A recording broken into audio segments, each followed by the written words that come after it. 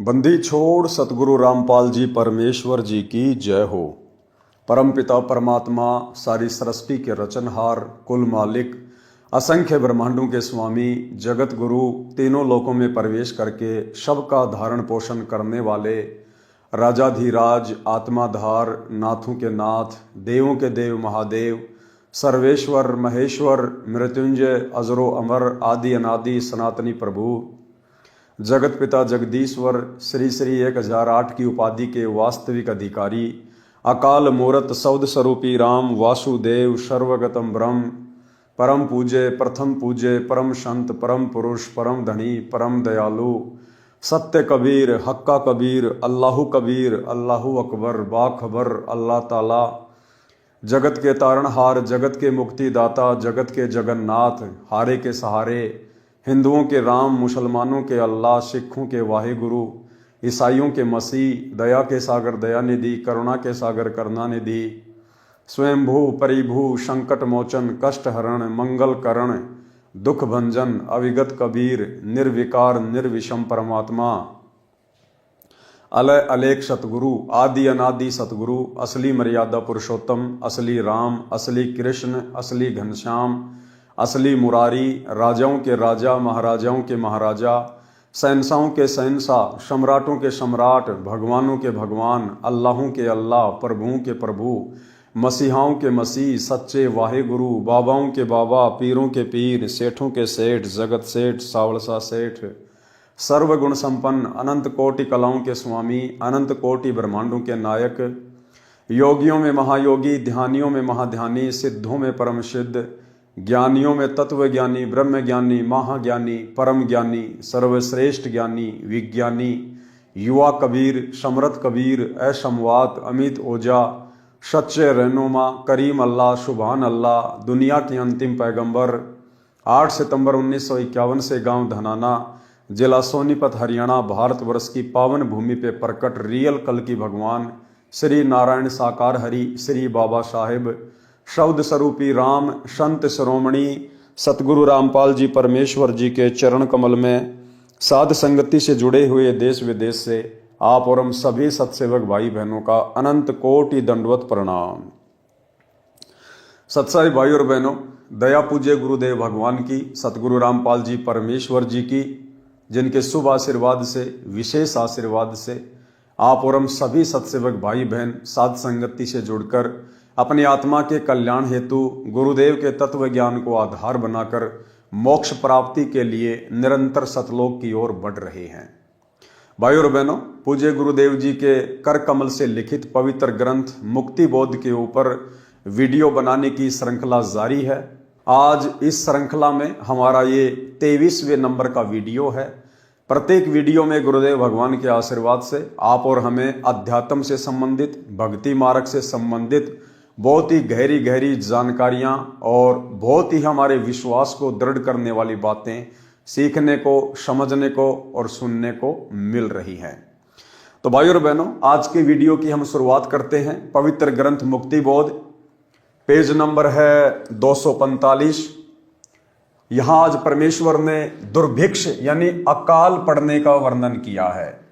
यानी जिस समय आदरणीय गरीबदास जी महाराज जी आए थे, उस समय 1720 में एक भयंकर अकाल पड़ा था और उस अकाल के दौरान जनजीवन कितना अस्त व्यस्त हो गया था।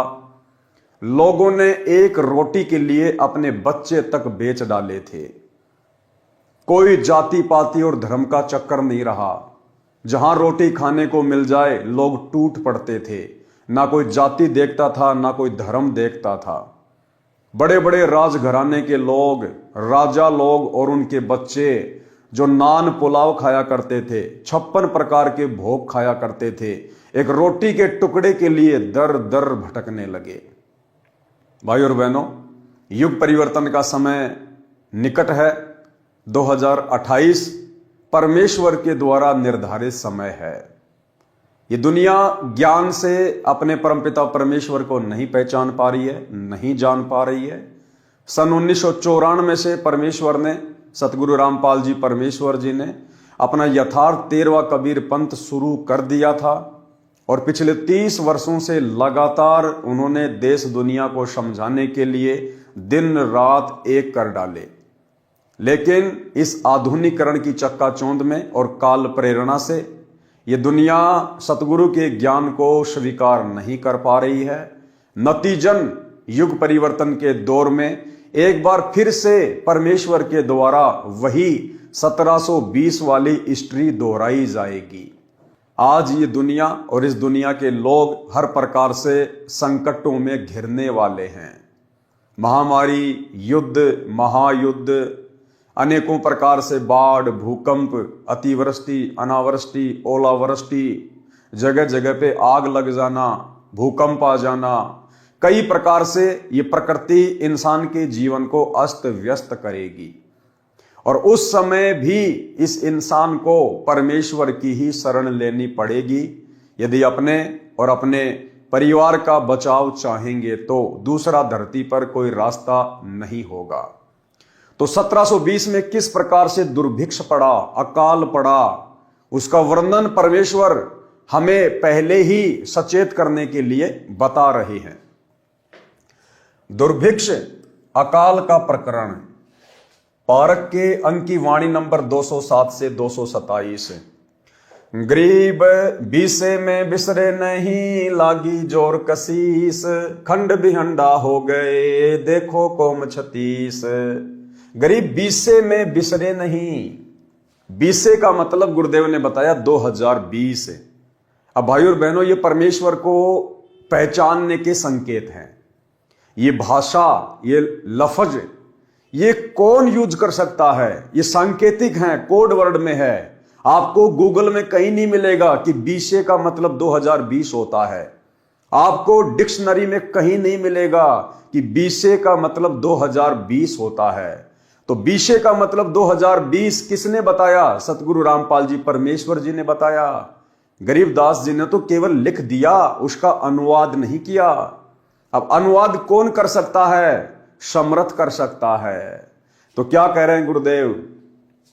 गरीब बीसे में बिसरे नहीं, लागी जोर कसीस, खंड बिहंडा हो गए देखो कोम 36। कोम 36 जाति बिरादरियां सब खंड बिहंड हो गए।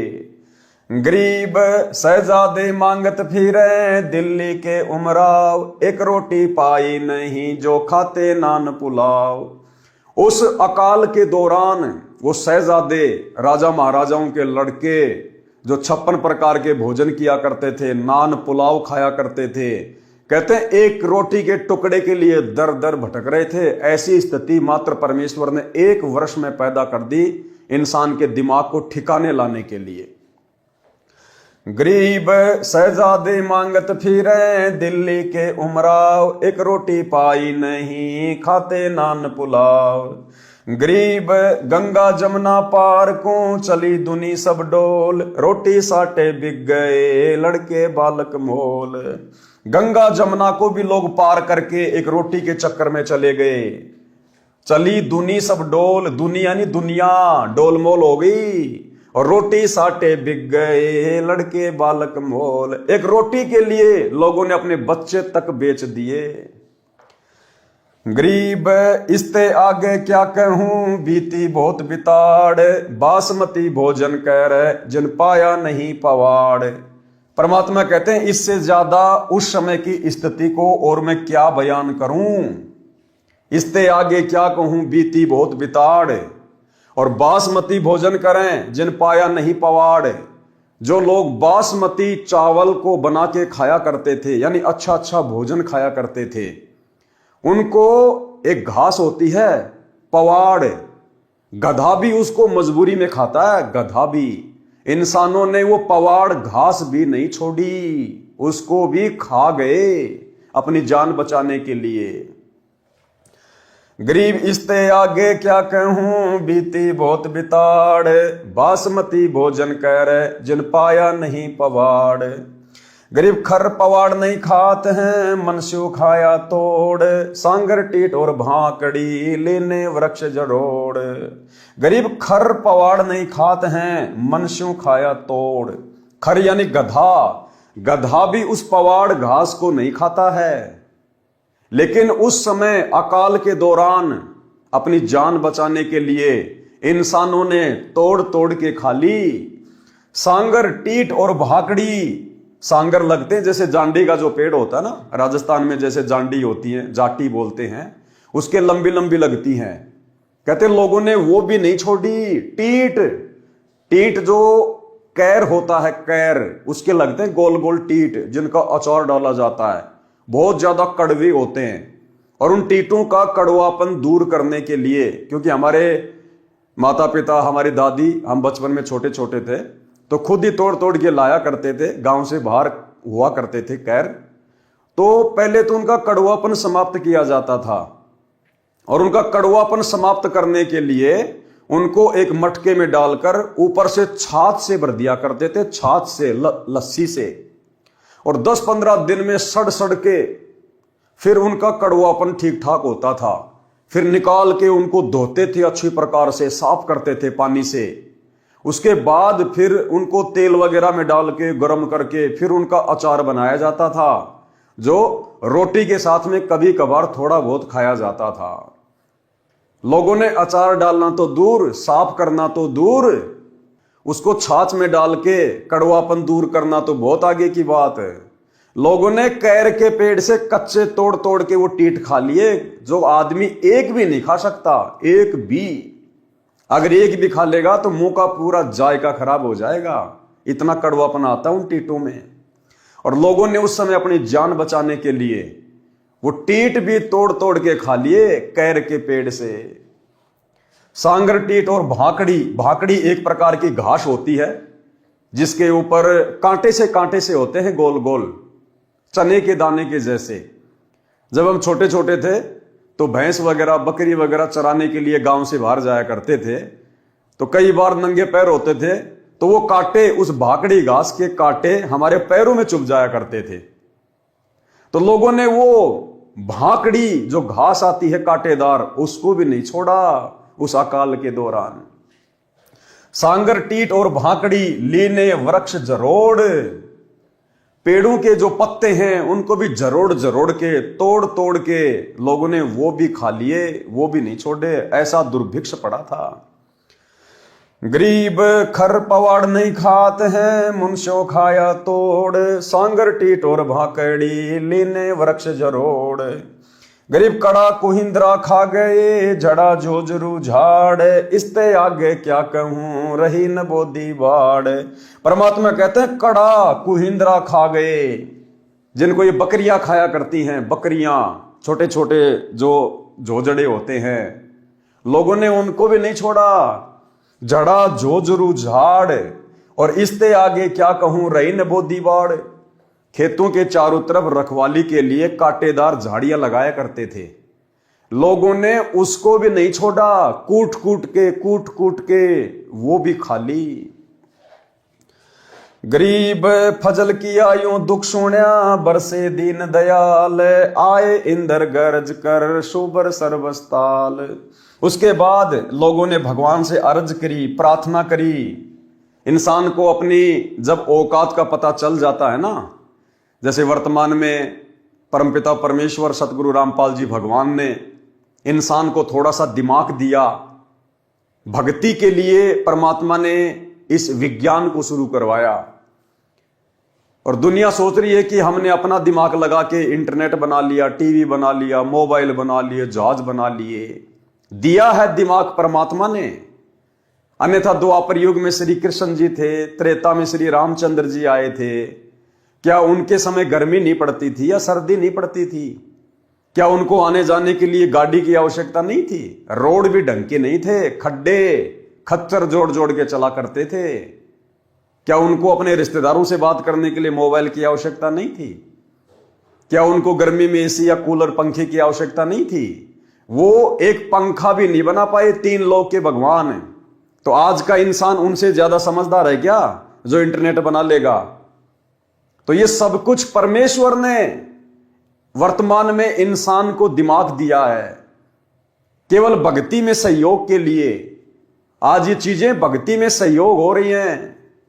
दास एक जगह से वीडियो बना रहा है, आप सभी भगत भाई बहन लाइव देख रहे घर में बैठे बैठे अपने अपने मोबाइल में इंटरनेट के माध्यम से।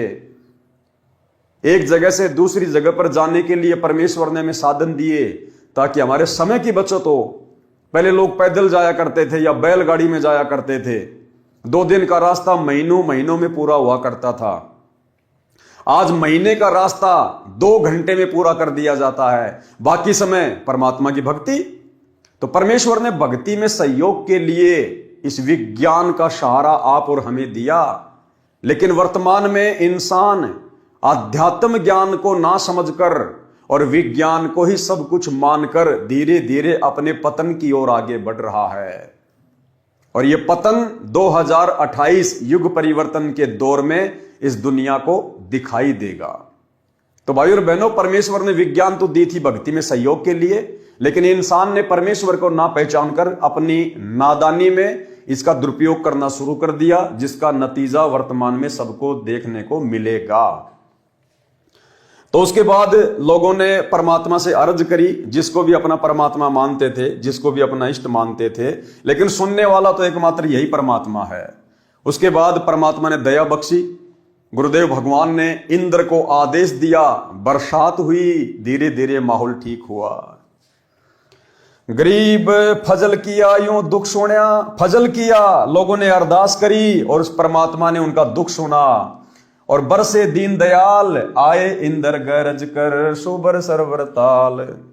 गरीब सातु धात और सातु अन्न, बरसा के माही, मेहर मौज मोला करी, बादल पछाए जाही। गरीब बरसे इंद्र घनघोर कर, उतरया हुक्म हिजूर, खलक मुलक सब आवादान, नाही होत कसूर। गरीब ये बीसे की बात है, लगया 21 ऐन। अब क्या कह रहे हैं परमात्मा कि ऊपर आपको जो बातें बताई है ना अकाल के विषय में, ये तो बीसे की बात है, यानी 1720 की बात है।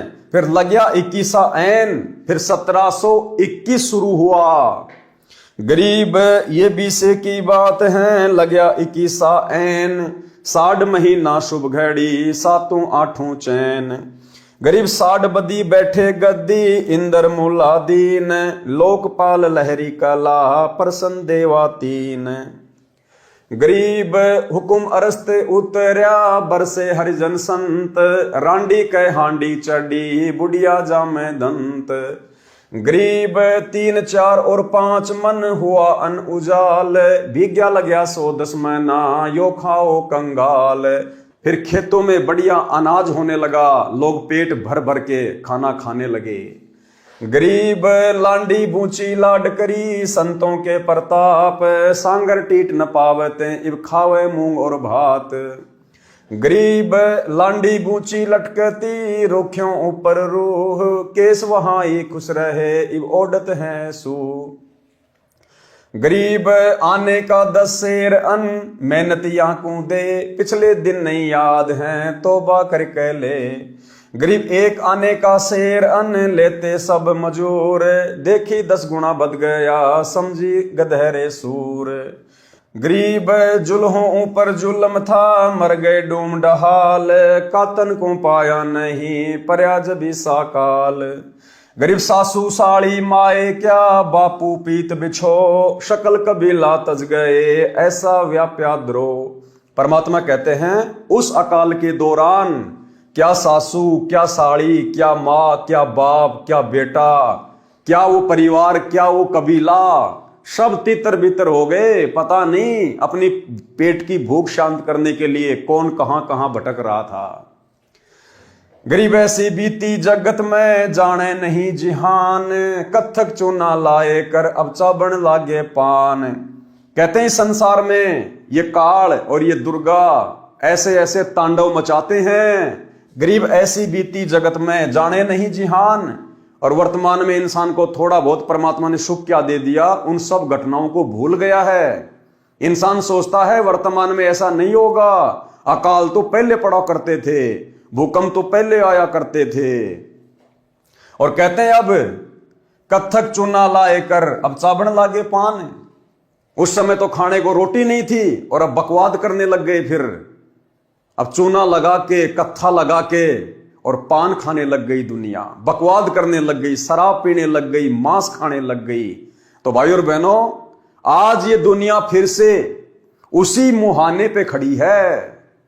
आज फिर से दुनिया ने वही बकवादें करनी शुरू कर दी, परमेश्वर को पहचान नहीं रहे, जान नहीं रहे।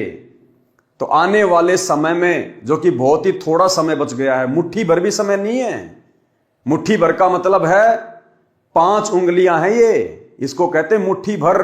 यानी संसार के पास में, दुनिया के पास में 5 वर्ष भी नहीं बचे हैं।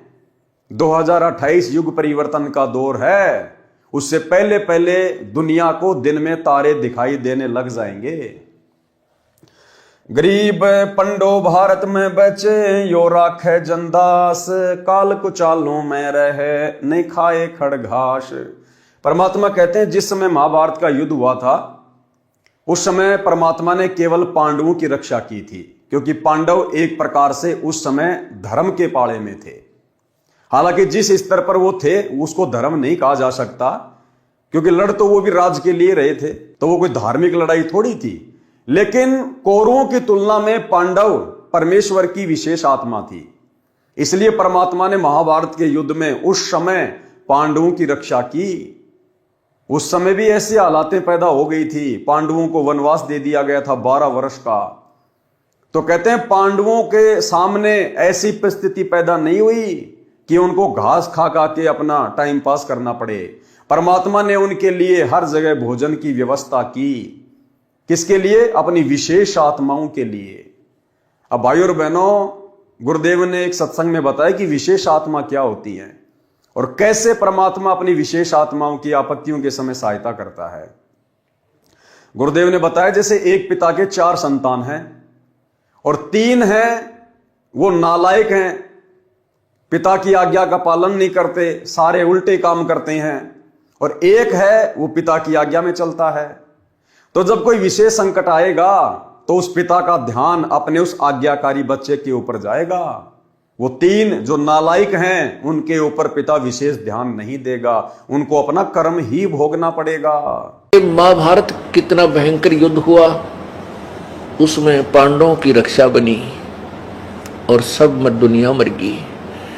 ऐसे ही परमात्मा ऐसी आपत्तियों में कबीर परमेश्वर के बच्चों को, कबीर परमेश्वर की जो विशेष आत्माओं को, विशेष कौन सी होती हैं, जैसे वैसे तो हम कबीर जी के सभी बच्चे हैं, सभी उसी की आत्मा है। कीड़ी, हाथी, कुंदर, राजा, रंग, महादेव, ब्रह्मा, विष्णु, महेश और हम। विशेष आत्मा वो हैं जो उनकी आज्ञा का पालन करके उनके अनुसार चल रहे हैं। जैसे एक पिता की 5-6 बेटे हैं और 2 पुत्र उसकी आज्ञा का पालन ना करके बकवाद करते हैं, कि तो चोरी करते हैं, कि तो लठ बजाते हैं, कोई झगड़ा करते हैं, तो वो विशेष आत्मा उसके बच्चे नहीं है। आत्मा में दुख तो होता है लेकिन वो उसकी आज्ञा से बाहर जा करके है, तो उन पर विशेष ध्यान ना दे करके पिता उनकी तरफ विशेष ध्यान देता है जो उसकी मर्यादा में चल रहे हैं। और जो दूसरे हैं मर्यादाहीन रहते हैं, उनसे तो पैसे भी छुपा कर रखा कर रास्ते ये निकाल ना ले जाए। तो ऐसे ही जो परमेश्वर की प्यारी आत्माएं कभी किसी उसके चरणों में रही हैं, उस क्षेत्र में परमात्मा ने अकाल नहीं गिरने दिया। तो यहाँ उसी के विषय बताते हैं, पंडो भारत में बस। तो आने वाले समय में जब ये आपत्तियां देश और दुनिया में आएंगी, उस समय भाई और बहनों परमात्मा केवल अपनी विशेष आत्माओं के ही साथ रहेंगे, बाकी दुनिया के साथ नहीं रहेंगे। दुनिया के जो जैसा कर्म है वैसा ही उनको फल भोगना पड़ेगा। और वर्तमान में जो सतगुरुदेव भगवान से उपदेश लेकर भक्ति कर रहे हैं, मर्यादा में रह रहे हैं, नेक नीति से अपना कर्म कर रहे हैं, परमेश्वर अपनी इन ही विशेष आत्माओं की उस समय रक्षा करेगा। परमात्मा उनको भूखा नहीं मरने देगा, कहीं से भी उनके लिए परमात्मा अन्न का बंदोबस्त करेगा। और ये तो समर्थ है, धनी है, जगत सेठ है, इस परमेश्वर को तो कुछ भी करने की जरूरत नहीं है, इनके तो संकेतों से सब कुछ होता है। अगर हमारे घर में उस समय 2 दाने होंगे, सुबह मटका भरा हुआ मिलेगा, मटका भरा हुआ। सुनिए गुरुदेव के मुख कमल से। फिर भगवान व्यवस्था करेगा। आपके घर में 2 दाने होंगे, तड़के भरा पाओगा मटका, पिप्पा भरा पाओगा आटे का, इस तरह कर देगा दाता आपके लिए। लेकिन भक्ति करवाने के लिए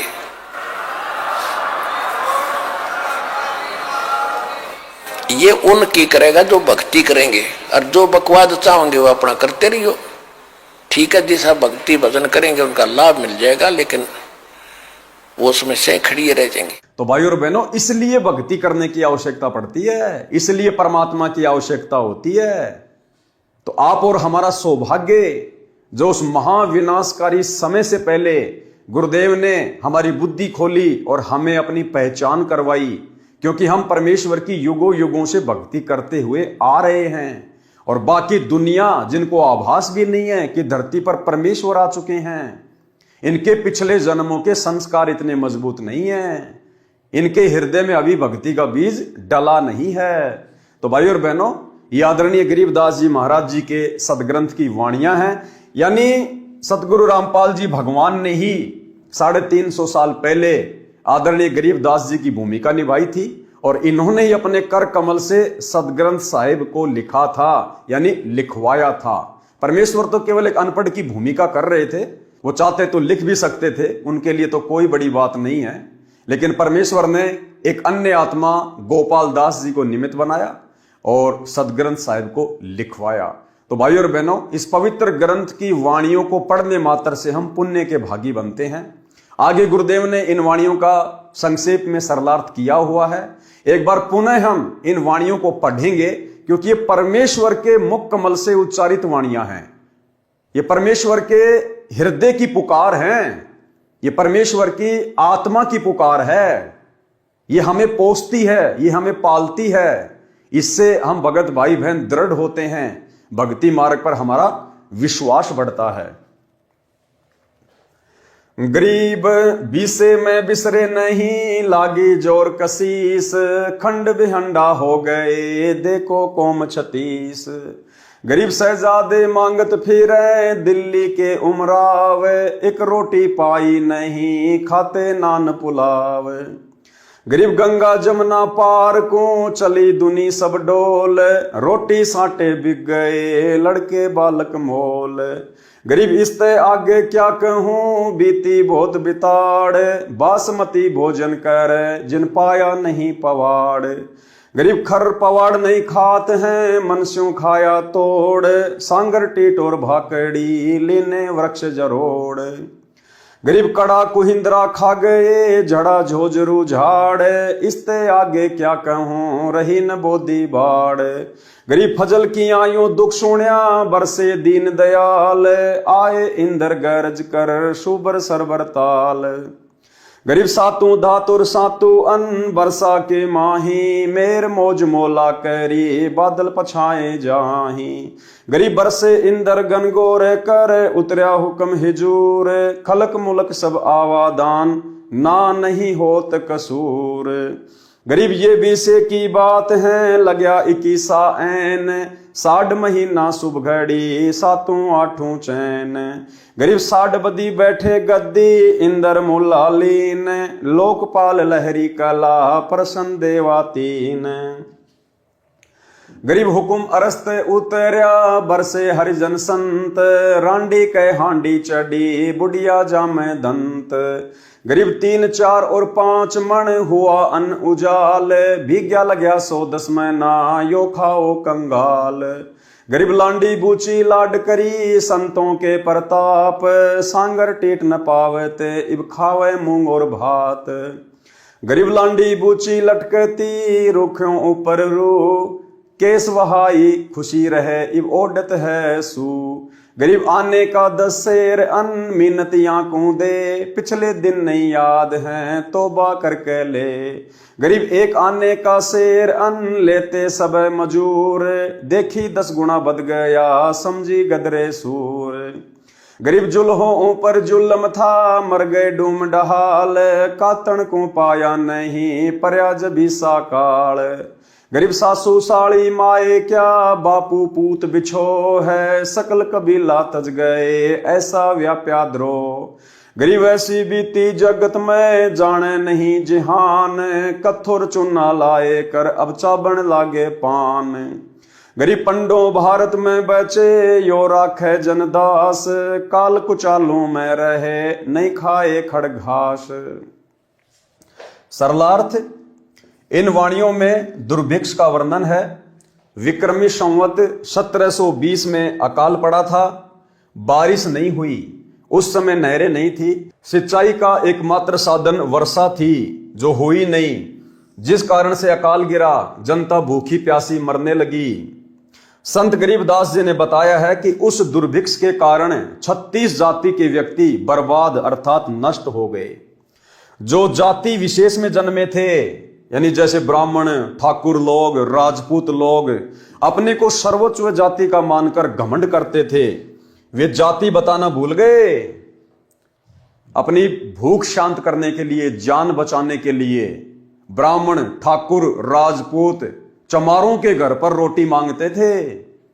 अपनी जाति वाति बताना सब भूल गए। जो पहले एक दूसरे से इतनी नफरत किया करते थे, अपने आप को सर्वोच्च माना करते थे, अपने को सर्वोच्च जाति का मानकर घमंड करते थे, वे जाति बताना भूल गए।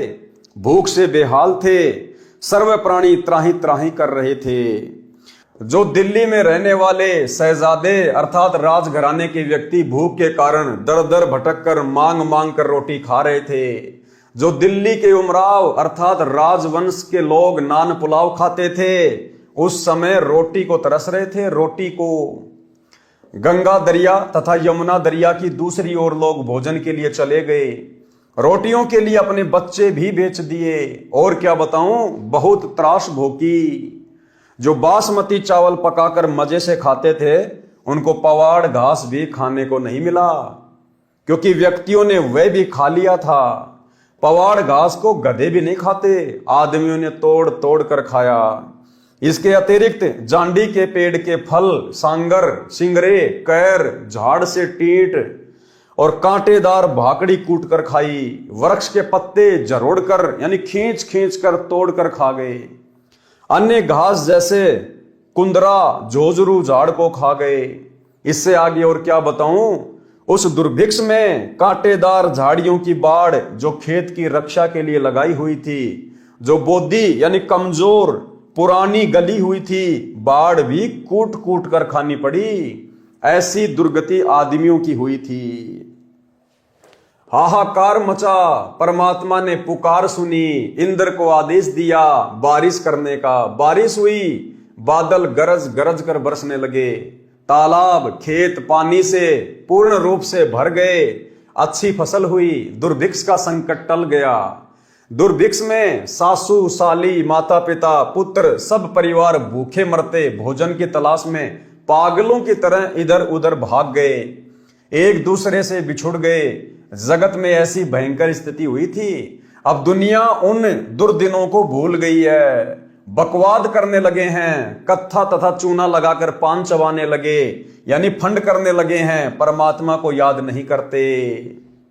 ये सारी बातें गुरुदेव भगवान ने क्यों लिखनी पड़ रही हैं, क्यों समझानी पड़ रही है कि भैया अगर उसी प्रकार से बकवाद करते रहोगे और परमात्मा की भक्ति नहीं करोगे, सच्चे सतगुरु की शरण में आके सत भक्ति नहीं करोगे, तो जिस प्रकार सन 1720 में मात्र 1 वर्ष में परमेश्वर ने दुनिया को अरस से फरस पे लाके छोड़ दिया, वो समय अब ज्यादा दूर नहीं है। तो भाई और बहनों, आप और हमारा सौभाग्य जो परमेश्वर ने हमें पहले से ही उस आगामी मार से बचाने के लिए हमें अपनी शरण में लिया। उस दुर्भिक्ष में परमात्मा ने अपने भक्तों की ऐसे रक्षा की थी जैसे महाभारत के युद्ध में 5 पांडवों की रक्षा की थी। भक्तों को उस अकाल में भी भोजन का भाव नहीं रहा। यानी उस समय जो परमेश्वर की आत्माएं थी, यानी परमात्मा भिन्न भिन्न रूप धारण कर कर पृथ्वी पर विचरते रहते हैं, आत्माओं को सत भक्ति पे लगाते रहते हैं। तो उस समय जो उनकी शरण में थे, जो उनके भगत थे, परमेश्वर ने उस 1720 में अकाल के समय जहां दुनिया की दुर्गति हो रही थी, लेकिन परमेश्वर ने अपने भक्तों के ऊपर दिक्कत नहीं आने दी। उनकी परमेश्वर ने भोजन की व्यवस्था की, उनको भाकड़ी नहीं खाने दी, पवाड़ घास नहीं खाने दी। भक्तों को उस अकाल में भी भोजन का भाव नहीं रहा। और ठीक इसी प्रकार भाई और बहनों, आप और हमने भी विश्वास के साथ भक्ति पे लगे रहना है। और अब तो परमात्मा स्वयं धरती पे प्रकट है, बापों का बाप। आज तो हमें परमात्मा जरा सी भी दिक्कत नहीं होने देगा, जरा सी भी दिक्कत। यदि हमने मर्यादाओं में जरा सी भी त्रुटि नहीं की है तो। वाणी नंबर 228 से 317 में श्री रामचंद्र पुत्र राजा दशरथ की महिमा का वर्णन है तथा राम और रावण के युद्ध का वर्णन है। कागभूषण ने बालक रामचंद्र की परीक्षा ली थी। उस समय पूर्ण ब्रह्म परमात्मा ने, किसने? सतगुरु रामपाल जी परमात्मा ने बालक रामचंद्र का रूप बनाकर उसकी महिमा बनाई थी। अब भाई और बहनों देखो, अनंत घटनाएं हो चुकी हैं, अनंत लीलाएं परमेश्वर कर चुके हैं। आप और हम भाई बहन परमेश्वर की उन अनंत लीलाओं से परिचित नहीं हो सकते हैं। इस परमेश्वर का ज्ञान, ये तत्व ज्ञान अरबों खरबों जीबी का है। आप और हमारी बुद्धि कुछ एक MB की है। तो कैसे भाई और बहनों वो सारी फिल्में, वो सारी कथाएं हमारे छोटे से दिमाग में समा सकती हैं। अब कागभूषण ने बालक रामचंद्र की क्या परीक्षा ली थी और कैसे गुरुदेव भगवान ने श्री रामचंद्र जी का रूप बनाया और उस परीक्षा में पास हुए।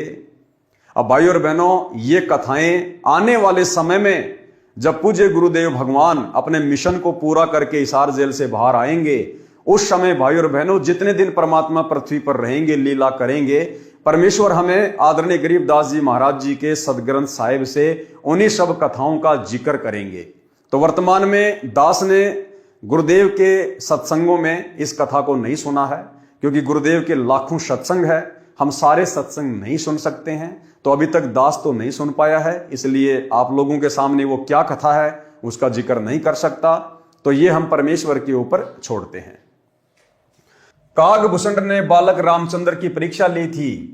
उस समय पूर्ण ब्रह्म परमात्मा ने बालक रामचंद्र का रूप बनाकर उनकी महिमा बनाई थी। फिर जीवन भर उसकी पूर्व जन्मों की भक्ति के कारण रक्षा की। नारद के अभिमान को भंग किया था, उसका भी वर्णन है। इसका वर्णन पहले कर दिया है। यानी नारद जी तपस्या करने के लिए वन में चले गए थे। 12 वर्ष उन्होंने साधना की और कहा कि मैंने कामदेव के ऊपर, विषय वासनाओं के ऊपर विजय प्राप्त कर ली। उसको अहंकार हो गया था। तो किस प्रकार से परमात्मा ने विष्णु में प्रेरणा करके और नारद के अभिमान को फिर तोड़ा था। रावण के अभिमान के कारण उसका कुल नाश हुआ। सत्य साधना न करके, तमगुण शंकर की भक्ति करके, धन दौलत तथा चमत्कारी शक्ति प्राप्त करके जीवन नष्ट कर दिया। वाणी नंबर 239। गरीब बैरागर की खान को जो कोई लेवे चाही, बिना धनी की बंदगी नगर लगो तिस बाही। सरलार्थ, यदि कोई बैरागर यानी हीरे की खान की इच्छा रखता है, भक्ति पूर्ण परमात्मा की नहीं करता है, उस नगर को आग लगे। जो मांस खाते हैं, शराब पीते हैं, वे तो मनुष्य दिखाई देते हैं, वे तो पशु हैं। पर्वत पर रहने वाले भीलों जैसे दुष्ट हैं। वाणी नंबर 244 से 245 में बताया है कि रावण एक समय में 100 जोटों का यानी 100 भैंसों का मांस खाता था। उसके घर पर नौजवान स्त्री मंदोदरी थी, फिर भी सीता की इच्छा रखता था, जो उसके विनाश का कारण बना। यानी गुरुदेव भगवान आप और हमें शिक्षा देना चाहते हैं कि आपने भूलकर भी शौपन में भी पर स्त्री और पर धन की ओर नजर नहीं रखनी है। जो राखूं त्यो ही रहूं हमरा के चारा, और खाने जाद खरीद हूं गुलाम तुम्हारा। हमने तो अपने गुरुदेव भगवान की रजा में राजी रहना है। भाई और बहनों, इस रावण की छोटी सी कथा से आप और हमें बहुत सारी शिक्षाएं मिल सकती है। हम अपने अभिमान को, अहंकार को चूर चूर कर सकते हैं कि आप और हमारी वर्तमान में ऊंट के मुंह में जीरे के बराबर भी औकात नहीं है। चाहे कोई यहां का प्रधानमंत्री क्यों ना हो, बड़े से बड़ा कोई धनपति क्यों ना हो, आप और हमारी वर्तमान में कोई औकात, कोई हैसियत नहीं है। ऐसे ऐसे महापुरुष, ऐसे ऐसे बली, ऐसे ऐसे दानवीर, ऐसे ऐसे ताकतवर इंसान होकर जा चुके हैं। रावण क्या कह रहे हैं गुरुदेव भगवान? रोजाना 100 जोटों का मांस खाता था, 100 जोटों का।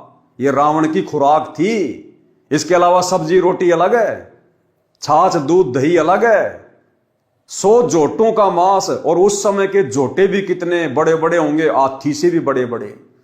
तो सोचिए रावण कितना बलवान होगा।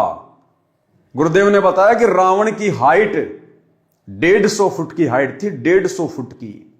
और शरीर फिर कितना हट्टा कट्टा होगा, जो रोजाना 100 जोटों का मांस खाता था। उस समय के जोटे वर्तमान के हाथी से भी बड़े बड़े।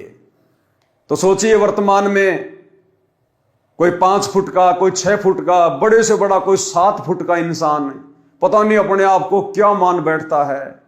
थोड़ा बहुत किसी का शरीर ठीक ठाक होता है, जिम जाम करने लग जाता है, पहलवानी करने लग जाता है, पता नहीं अपने आप को भीम समझने लग जाता है।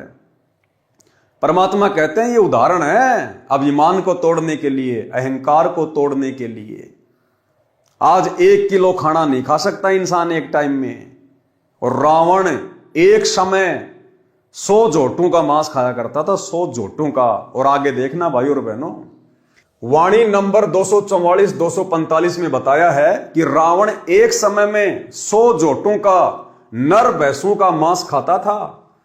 उसके घर पर नौजवान स्त्री मंदोदरी थी, फिर भी सीता की इच्छा रखता था, जो उसके विनाश का कारण बना। यदि हम भगत भाई बहन भी यदि पर स्त्री की तरफ कुदृष्टि रखेंगे, कुनजर रखेंगे, तो आप और हमारी भी यही दुर्गति होगी जो रावण की हुई। अरे रावण भी तो परमात्मा की आत्मा थी, और गुरुदेव ने एक सत्संग में बताया कि रावण की आत्मा भी कभी कबीर परमात्मा सतगुरु रामपाल जी भगवान की शरण में रह चुकी थी, लेकिन भक्ति मार्ग पर टिका नहीं। और देखो फिर काल ने उसी परमात्मा के विरुद्ध रावण को खड़ा कर दिया। परमात्मा के विरुद्ध खड़ा करने का मतलब है सत्य के विरुद्ध अहंकार से भरकर रावण को खड़ा कर दिया। और रामचंद्र रूप बनाकर रामचंद्र जी की पुकार पर इस कबीर परमेश्वर सतगुरु रामपाल जी भगवान ने फिर उस रावण का नाभि में तीर मारकर वध करना पड़ा। रावण का भाई कुंभकर्ण, पुत्र मेघनाथ आदि आदि अनेकों जोटों का मांस खाते थे। रावण ने 33 करोड़ देवताओं को अपनी कैद में बांधकर डाल रखा था। कितना सिद्धि युक्त था, कितना बलवान था। वाणी नंबर 246 से 256 तक रावण राजा की सेना का वर्णन है। अब रावण की सेना का वर्णन है, रावण के नौकरों का, चाकरों का वर्णन। वाणी नंबर 246 से 256 तक रावण राजा की सेना का वर्णन है।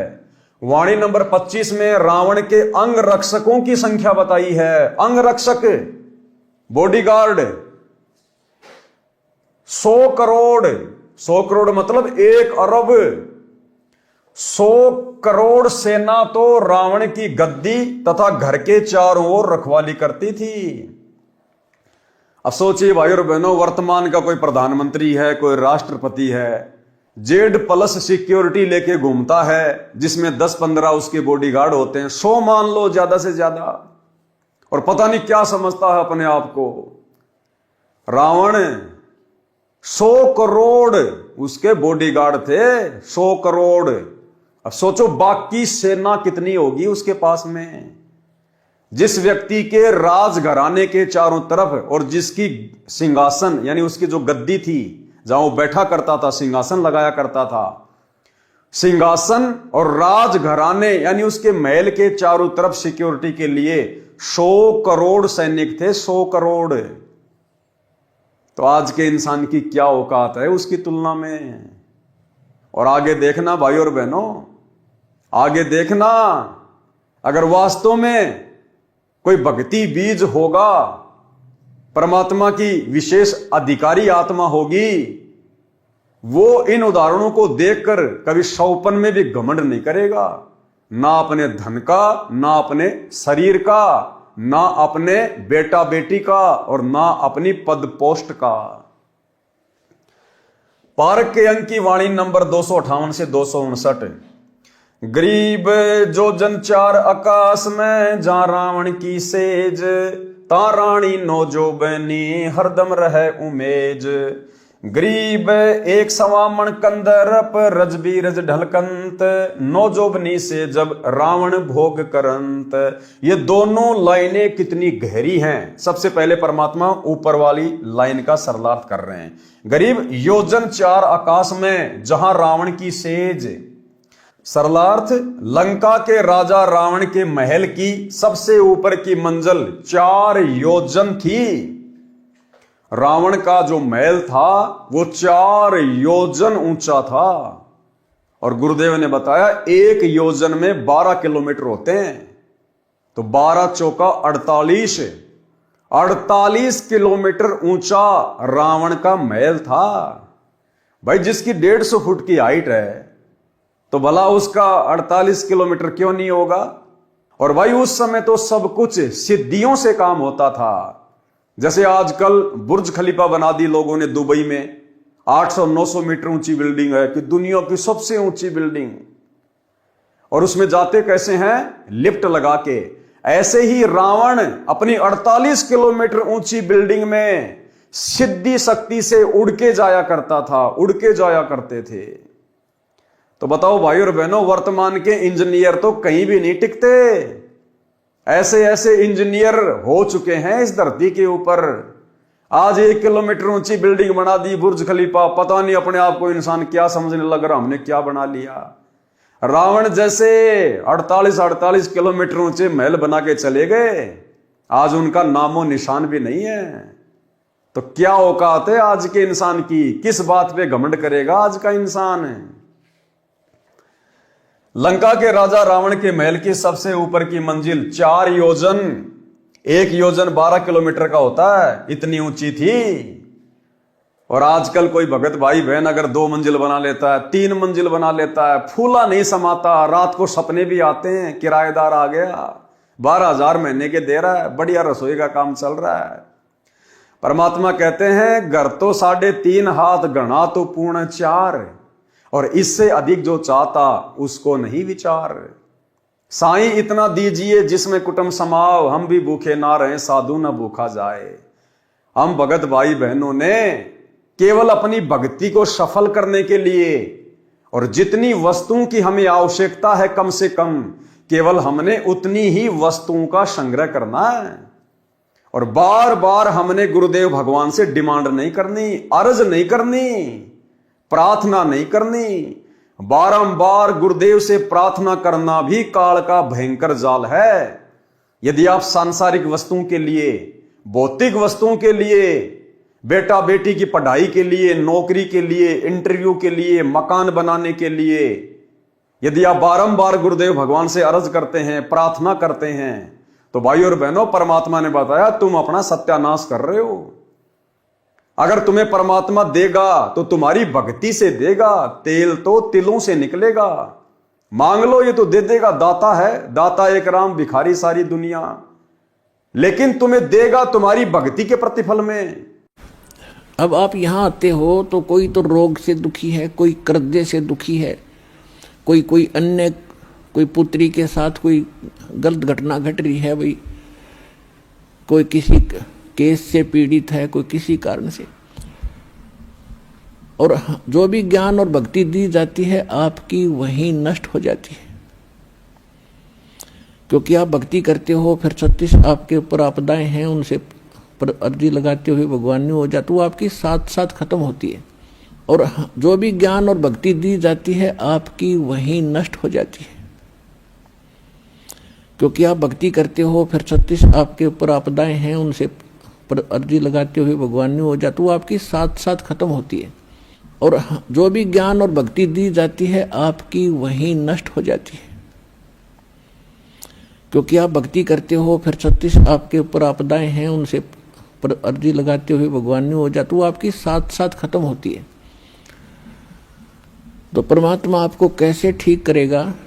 एक बार किसी के ओठ का चोट लगी, ओठ के, और किसी ने दवाई बता दी कि इसके होठ का हलवा बना के बांध दो, अब थोड़ा सा हलवा बनाया 10-20 ग्राम देसी घी का, उसके होठ पर रख दिया। होठ पर रखते वो भीतर कर गया, भूखा था। उसने फिर दरिया, वो फिर खा गया। एक समझदार से ने बताया कि अच्छा बना दो, और पहले इसने भीतर से भरो, जब होठ पर टटेगा अंदर से फुल करो इसको, जब टेकने देगा ये होठ पे। तो पहले ये परमात्मा पहले आपको अंदर से भरेंगे, और जब इस औषधि ने होठ पे टेकने दोगे आप, जब आप ऊपर निचालन की सोचोगे,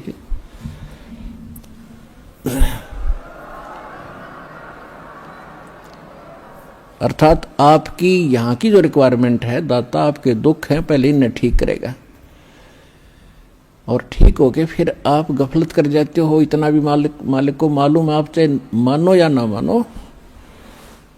अब कई भक्त कहते हैं जी कति और तो सारा ठीक हो गया, थोड़ा सा कोई बताते हैं ऐसा दुख रह गया, वहां यो तो रखना पड़ेगा भगवान ने, यो तो जान कर रख रखा ना, तुम फिर अंडी पाक जाओगे।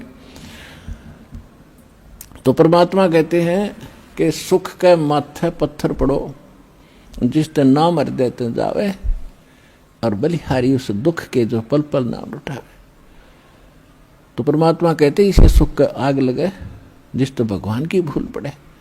और बुद्धिमान व्यक्ति, समझदार व्यक्ति, भक्त ने ये मांगना चाहिए, परमात्मा ऐसा दुख दिए रखना आपकी याद बनी रहे, ऐसा सुख ना देना जिससे आपसे दूर हो जाए, भाड़ में जाए ऐसा दुख सुख। तो पुण्यात्माओं, ये परमात्मा थोड़ा बहुत जो रखे है ये अनिवार्य ही होगा हमारे लिए, ये सोचकर आप अब ब्लाइंड फेथ करो इस मार्ग पे। तो भाई हमने ये भक्ति यहीं पे खर्च नहीं करनी, ये भक्ति तो हमने सतलोक जाने के लिए संग्रह करनी है। और इस दाता से मांगना क्या? अरे जो सब कुछ जानता है, जो अंतर्यामी है, जो तीनों लोकों में प्रवेश करके सबका पालन पोषण कर रहा है, ऐसे समर्थ सांवरिया सेठ से मांगा थोड़ी जाता है। अरे मांगा तो उससे जाता है जिसको पता नहीं होता।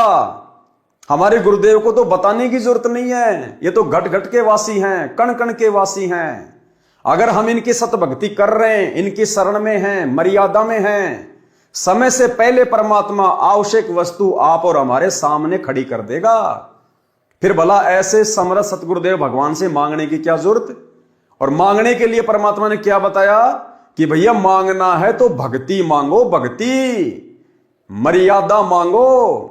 मांगना भी गुरुदेव ने सिखाया आदरणीय धर्मदास जी के एक शब्द के माध्यम से। भक्ति दान गुरु दीजियो देवन के देवा हो, भक्ति दान गुरु दीजियो देवन के देवा हो। जन्म पाया भूलूं नहीं करहूं पद सेवा हो, जन्म पाया भूलूं नहीं करहूं पद सेवा हो। तीर्थ व्रत मैं नहीं करूं ना मंदिर पूजा हो, तीर्थ व्रत मैं नहीं करूं ना देवल पूजा हो। मनसा वाचा कर मना मोहे और न दूजा हो, मनसा वाचा कर मना मोहे और न दूजा हो। भक्ति दान गुरु दीजियो देवन के देवा हो, भक्ति दान गुरु दीजियो देवन के देवा हो। जन्म पाया भूलों नहीं करहूं पद सेवा हो। सुख संपत्ति परिवार धन और सुंदर नारी हो, सुख संपत्ति परिवार धन और सुंदर नारी हो। सुपने में इच्छा नहीं करूं गुरुआन तुम्हारी हो, सपने में इच्छा नहीं करूं गुरुआन तुम्हारी हो। भक्ति दान गुरु दीजियो देवन के देवा हो, भक्ति दान गुरु दीजियो देवन के देवा हो। जन्म पाया भूलो नहीं, करहूं पद सेवा हो। अष्ट सिद्धि और नौ निधि बैकुंठ का बासा हो। अष्ट सिद्धि और नौ निधि बैकुंठ का वासा हो। सो मैं तुमसे न मांगता, सब थोथरी आशा हो। सो मैं तुमसे न मांगता, सब थोथरी आशा हो। भक्ति दान गुरु दीजियो, देवन के देवा हो। भक्ति दान गुरु दीजियो, देवन के देवा हो। जन्म पाया भूलो नहीं, करहूं पद सेवा हो। तो यदि हमने कुछ मांगना भी है अपने परमेश्वर से, अपने महबूब से, अपने गुरुदेव भगवान से, तो गुरुदेव ने बताया कि बच्चों तुम क्या मांगोगे? तुम रावण से ज्यादा यहां पर वैभवशाली नहीं हो सकते, भौतिक सुख सुविधाओं से लैस नहीं हो सकते। जिसकी 48 किलोमीटर ऊंची मंजिल थी, सिद्धि शक्ति से उड़ के जाया करता था, और 48 किलोमीटर ऊंचा महल पूरा का पूरा सोने का, गारियां भी सोने की, ईंटें भी सोने की। क्या हम उस रावण से ज्यादा वैभवशाली यहां हो सकते हैं? 1 लाख पूत 1.25 लाख नाती, उस रावण के आज घर में कोई दीवा ना बाती। 1 लाख जिसका उसका कोई वंश भी नहीं आज धरती पर। तो बताओ फिर हम क्या मांगे परमात्मा से? क्या मांगे? वो रावण अपने साथ में सुई की नोक नहीं लेकर जा सका, हम क्या ले जाएंगे? तो परमात्मा कहते हैं भक्ति मांगो, भक्ति से बड़ा कोई धन नहीं है। कबीरा सब जग निर्धना, धनवंता ना कोई, और धनवंता सोई जानिए, जिसके पास राम नाम धन होए। कौन से राम का? सतगुरु रामपाल जी परमेश्वर जी का शतनाम, सारनाम, प्रथम नाम, इनकी भक्ति, इससे बड़ा दुनिया में कोई धन नहीं है। बाकी सब धन नश्वर हैं, खंड खंड हो जाएंगे, लेकिन ये भक्ति धन कभी भी नष्ट नहीं होता, हमें शतलोक में पहुंचा देगा। तो गुरुदेव ने बताया अगर कुछ मांगना भी है तो भक्ति मांगो। जय तन चाहिए राजपाट, तो धर ले ध्यान हमारा। अगर तेरे मन में राज्य करने की इच्छा भी है तो भी इस भक्ति से ही मिलेगी। अगर रावण को भी वो महल मिला, ठाट बाट मिले, नौकर चाकर मिले, तो भी उसकी भक्ति के प्रतिफल में मिले। रावण ने 10 बार अपना सिर अपने हाथ से तलवार से काट के अपने इष्ट श्री शंकर जी के चरणों में चढ़ा दिया, लेकिन फिर भी देने वाला तो यही कबीर परमात्मा था, भले शंकर जी के माध्यम से दे। अष्ट सिद्धि 9 निधि का दाता यही है, 24 सिद्धियों का स्वामी यही है। ये देवी देवता ब्रह्मा विष्णु महेश भी इसी समर्थ सेठ सतगुरु रामपाल जी भगवान से मांगते हैं। 33 कोटि अधारा, ध्यावे शेष 88, उतरे भवजल पारा, कटहे यम की फांसी। ये 33 करोड़ देवी देवता और 88,000 ऋषि महात्मा भी अपनी भक्ति का आधार इसी पूर्ण परमात्मा कबीर परमेश्वर सतगुरु रामपाल जी भगवान को ही मानते हैं, भले उन्हें भक्ति का वास्तविक ज्ञान नहीं है। जिस प्रकार इंसान चाहे किसको भी पूजता है, किसी भी देवी देवता की पूजा करता है, लेकिन जब उसके ऊपर विशेष आपत्ति आती है तो उसकी आत्मा से एक ही पुकार निकलती है, हे परमात्मा, हे मालिक, हे परमेश्वर। इसी प्रकार ये देवी देवता चाहे जो भक्ति कर रहे हैं, लेकिन उनकी भक्ति का आधार वो परमात्मा ही है, क्योंकि सर्व का पालन पोषण यही एकमात्र परमात्मा तीनों लोकों में प्रवेश करके करता है।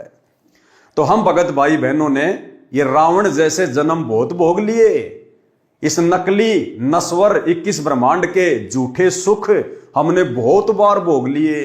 अनेकों बार हमने बड़े बड़े बलशाली पहलवानों के जन्म ले लिए। अनेकों बार हम बड़े बड़े बिजनेसमैन रह चुके हैं, बड़े बड़े खिलाड़ी रह चुके हैं। हमने सर्व जीवन भोग लिए। परमात्मा कहते हैं कोटि जन्म तू राजा की न्या, करोड़ों बार तो सतलोक से आने के बाद हम यहां पर पृथ्वी पर सर्व संपन्न राजाओं के जीवन भोग चुके हैं। कोटि जन्म तू राजा की न्या, मिटी न मन की आशा, और भिक्षुक होकर दर दर घूम लिया, मिला न निर्गुण राशा। हमारी कहीं भी संतुष्टि नहीं हुई। इस आत्मा की अभी तक कभी भी तृप्ति नहीं हुई। इस आत्मा की संतुष्टि, इसकी तृप्ति होगी गुरुदेव की भक्ति से, क्योंकि ये भक्ति आत्मा की खुराक है, जो वर्तमान में बड़े सौभाग्य से आप और हमें पूज्य गुरुदेव जी के द्वारा मिल चुकी है। इसलिए अब हमने दुनिया के वैभव को देखकर, सर्व संपन्न लोगों के सर्व सुखों को देखकर अपने मन में किसी भी प्रकार की इच्छा जाहिर नहीं करनी है। परमात्मा यही समझाना चाहते हैं कि अगर तू सफल हो गया ये भक्ति करके, तो यहां के राजा महाराजाओं के सुख तो छोड़ दो, जब तुम सतलोक में चले जाओगे तो परमात्मा कहते हैं, चार मुक्ति जहां चंपी करती माया होरी दासी, दास गरीब अभय पद परसै वो मिले राम अविनाशी। सतलोक में जाने के बाद या ब्रह्मा विष्णु महेश के पास जो चार मुक्ति हैं, काम अर्थ धर्म मोक्ष, कहते हैं ये तो तुम्हारे वहां पैरों की चंपी करेंगी, मालिश करेंगी, इनकी तरफ तो तुम देखोगे भी नहीं। सतलोक में इतने सुख हैं, इतना सर्व संपन्न लोक है वो। जिस प्रकार किसी के घर में 4 व्हीलर हो तो वो बाइक की तरफ तो कभी देखता भी नहीं है। तो इसी प्रकार सतलोक के सुखों की तुलना में यहां की जो चार मुक्तियां हैं, जो ब्रह्मा विष्णु महेश को प्राप्त हैं, ये तो केवल एक मोटरसाइकिल की तरह है। तो भाइयों और बहनों, हमने नीची गर्दन करके दुनिया को ना देखकर, गुरु के ज्ञान को आधार बनाकर और मृत मानकर अपने आप को, ये जीवन, ये शरीर, ये सोच अपने गुरुजी को समर्पित कर देनी है कि गुरुजी मैं स्वयं को आपको समर्पित करता हूं, मेरा जीवन आपके कदमों में है, हे परमेश्वर आपका कुत्ता हूं, मेरी डोर अपने हाथ में रखना। कुत्ता हूं गुरुदेव का, पवन दास का नाम, और गले प्रेम की जेवड़ी, जहां खींचो तहां जाऊं। तो करो तो बावड़ूं, दूर दूर करो तो जाऊं, और जो राखूं त्यों ही रहूं, जो देवोगे सो खाऊं। हमने इस भाव से, क्योंकि भाई और बहनों कितनी उम्र है हमारी, आधी से ज्यादा उम्र तो जा चुकी है, 15, 20, 25 साल की हमारी उम्र है। अब बताओ, अब 40 साल में तो हम जगत सेठ बने नहीं, अब 15, 20 साल में क्या जगत सेठ बनेंगे? और बन भी गए तो परमात्मा ने जो पहले जो जगत सेठ बन के जा चुके हैं उनकी दुर्गति बता दी। बताओ फिर क्या मांगे हम परमात्मा से भक्ति के अलावा, मर्यादा के अलावा। सरलार्थ, लंका के राजा रावण के महल की सबसे ऊपर की मंजिल 4 योजन, 1 योजन 12 किलोमीटर का होता है, इतनी ऊंची थी। उसमें रावण नौजवान स्त्री के साथ संभोग करता था। संभोग यानी सेक्स करते समय दोनों स्त्री पुरुष के वीर्यपात होने की मात्रा 1.25 मण, 1 मण में होता है 40 किलो, इतनी होती थी, यानी 50 किलो, यानी आधा क्विंटल होती थी। जब रावण ये बकवादे किया करता था, जबकि वो शादीशुदा था, मंदोदरी उसकी महारानी थी, सुंदर थी, नौजवान थी, इसके बावजूद भी काल प्रेरणा से वो अन्य नौजवान स्त्रियों के साथ में संभोग किया करता था। कहां? अपनी 48 किलोमीटर ऊंची सबसे ऊपर की मंजिल पे जाके, अपनी सिद्धि शक्ति से वहां जाकर वो उन नौजवान औरतों के साथ संभोग किया करता था। और एक बार के संभोग में जो पदार्थ स्त्री और पुरुष के शरीर से बाहर निकलता है, रज और बीरज, गुरुदेव ने बताया 50 किलो, यानी आधा क्विंटल रज और बीरज उस समय स्त्री और पुरुष के शरीर से बाहर निकलता था। भाई और बहनों, यह सामान्य बात नहीं है। आज के इंसान का वजन होता है 50 किलो, आधा क्विंटल तो आज के इंसान का वजन रह गया। और रावण जब एक बार संभोग करता था तो 50 किलो वो पदार्थ अपने शरीर से बाहर निकाल दिया करता था। तो क्या औकात है आज के इंसान की, भले वो प्रधानमंत्री है, राष्ट्रपति है, रावण के एक समय के वीर्य के बराबर आज के इंसान का वजन है। क्या औकात है? किस बात का घमंड करें, किस बात का अहंकार करें? 150 फीट जिसकी हाइट। भाई और बहनों, अगर आपको देसी भाषा में समझाएं, सरल भाषा में, इस अहंकार को तोड़ने के लिए, तो आज इस पृथ्वी पर जो सबसे लंबे से लंबा कोई इंसान है, होगा कोई 8 फीट का, 9 फीट का, या बड़े से बड़ा हो सकता कोई 10 फीट का इंसान हो आज इस धरती पर। भाई और बहनों, 10 फीट लंबे तो रावण के गुप्तांग के बाल थे, बाल। अब सोचो भाई और बहनों, विचार करो इन बातों पर अपने अहंकार को तोड़ने के लिए। आज के इंसान की इतनी हाइट नहीं है जितने बड़े रावण के गुप्तांग के बाल थे। अब सोचिए हम किस बात का घमंड करें, हमारी औकात क्या है। इसीलिए परमात्मा हमें बारंबार समझाते हैं, मर्द गर्द में मिल गए रावण से रणधीर, कंस केश चानूर से हिरणाकुश बलबीर। और तेरी क्या बुनियाद है, तू पेंडा पंथ पकड़, गरीब दास हरि भक्ति बिन तेरा खाली रहसी खेत। कि मर्द गर्द में मिल गए रावण जैसे मर्द, कंस जैसे, हिरण्यकश्यप जैसे, वास्तव में जिनको मर्द कह सकते हैं, जो शरीर से भी मर्द थे, बलशाली थे, धन से भी थे। कहते हैं उल्टे काम कर करके आज उनका धरती पर खोज भी नहीं है। और उनकी तुलना में तुम इस कलयुग के छोटे छोटे जीव, यानी भाइयों और बहनों, अगर रावण से हम वर्तमान में अपनी तुलना करें तो हाइट के मामले में जैसे हमारे सामने धरती पर मेंढक होता है, हम केवल इतने हैं, इतने। तो किस बात का घमंड करें, किस बात का अहंकार करें। अगर किसी के पास ज्यादा संपत्ति है, कोई बहुत बड़ा नौकरी वाला है, जिसके पास बड़ा सा मकान है, कोई फार्म हाउस है, 2-4 प्लाट हैं, तो परमात्मा कहते हैं रावण से कंपैरिजन कर लिया करो कि तुम्हारे जैसे कितने चले गए। 100 करोड़ तो जिसके बॉडीगार्ड थे, बॉडीगार्ड।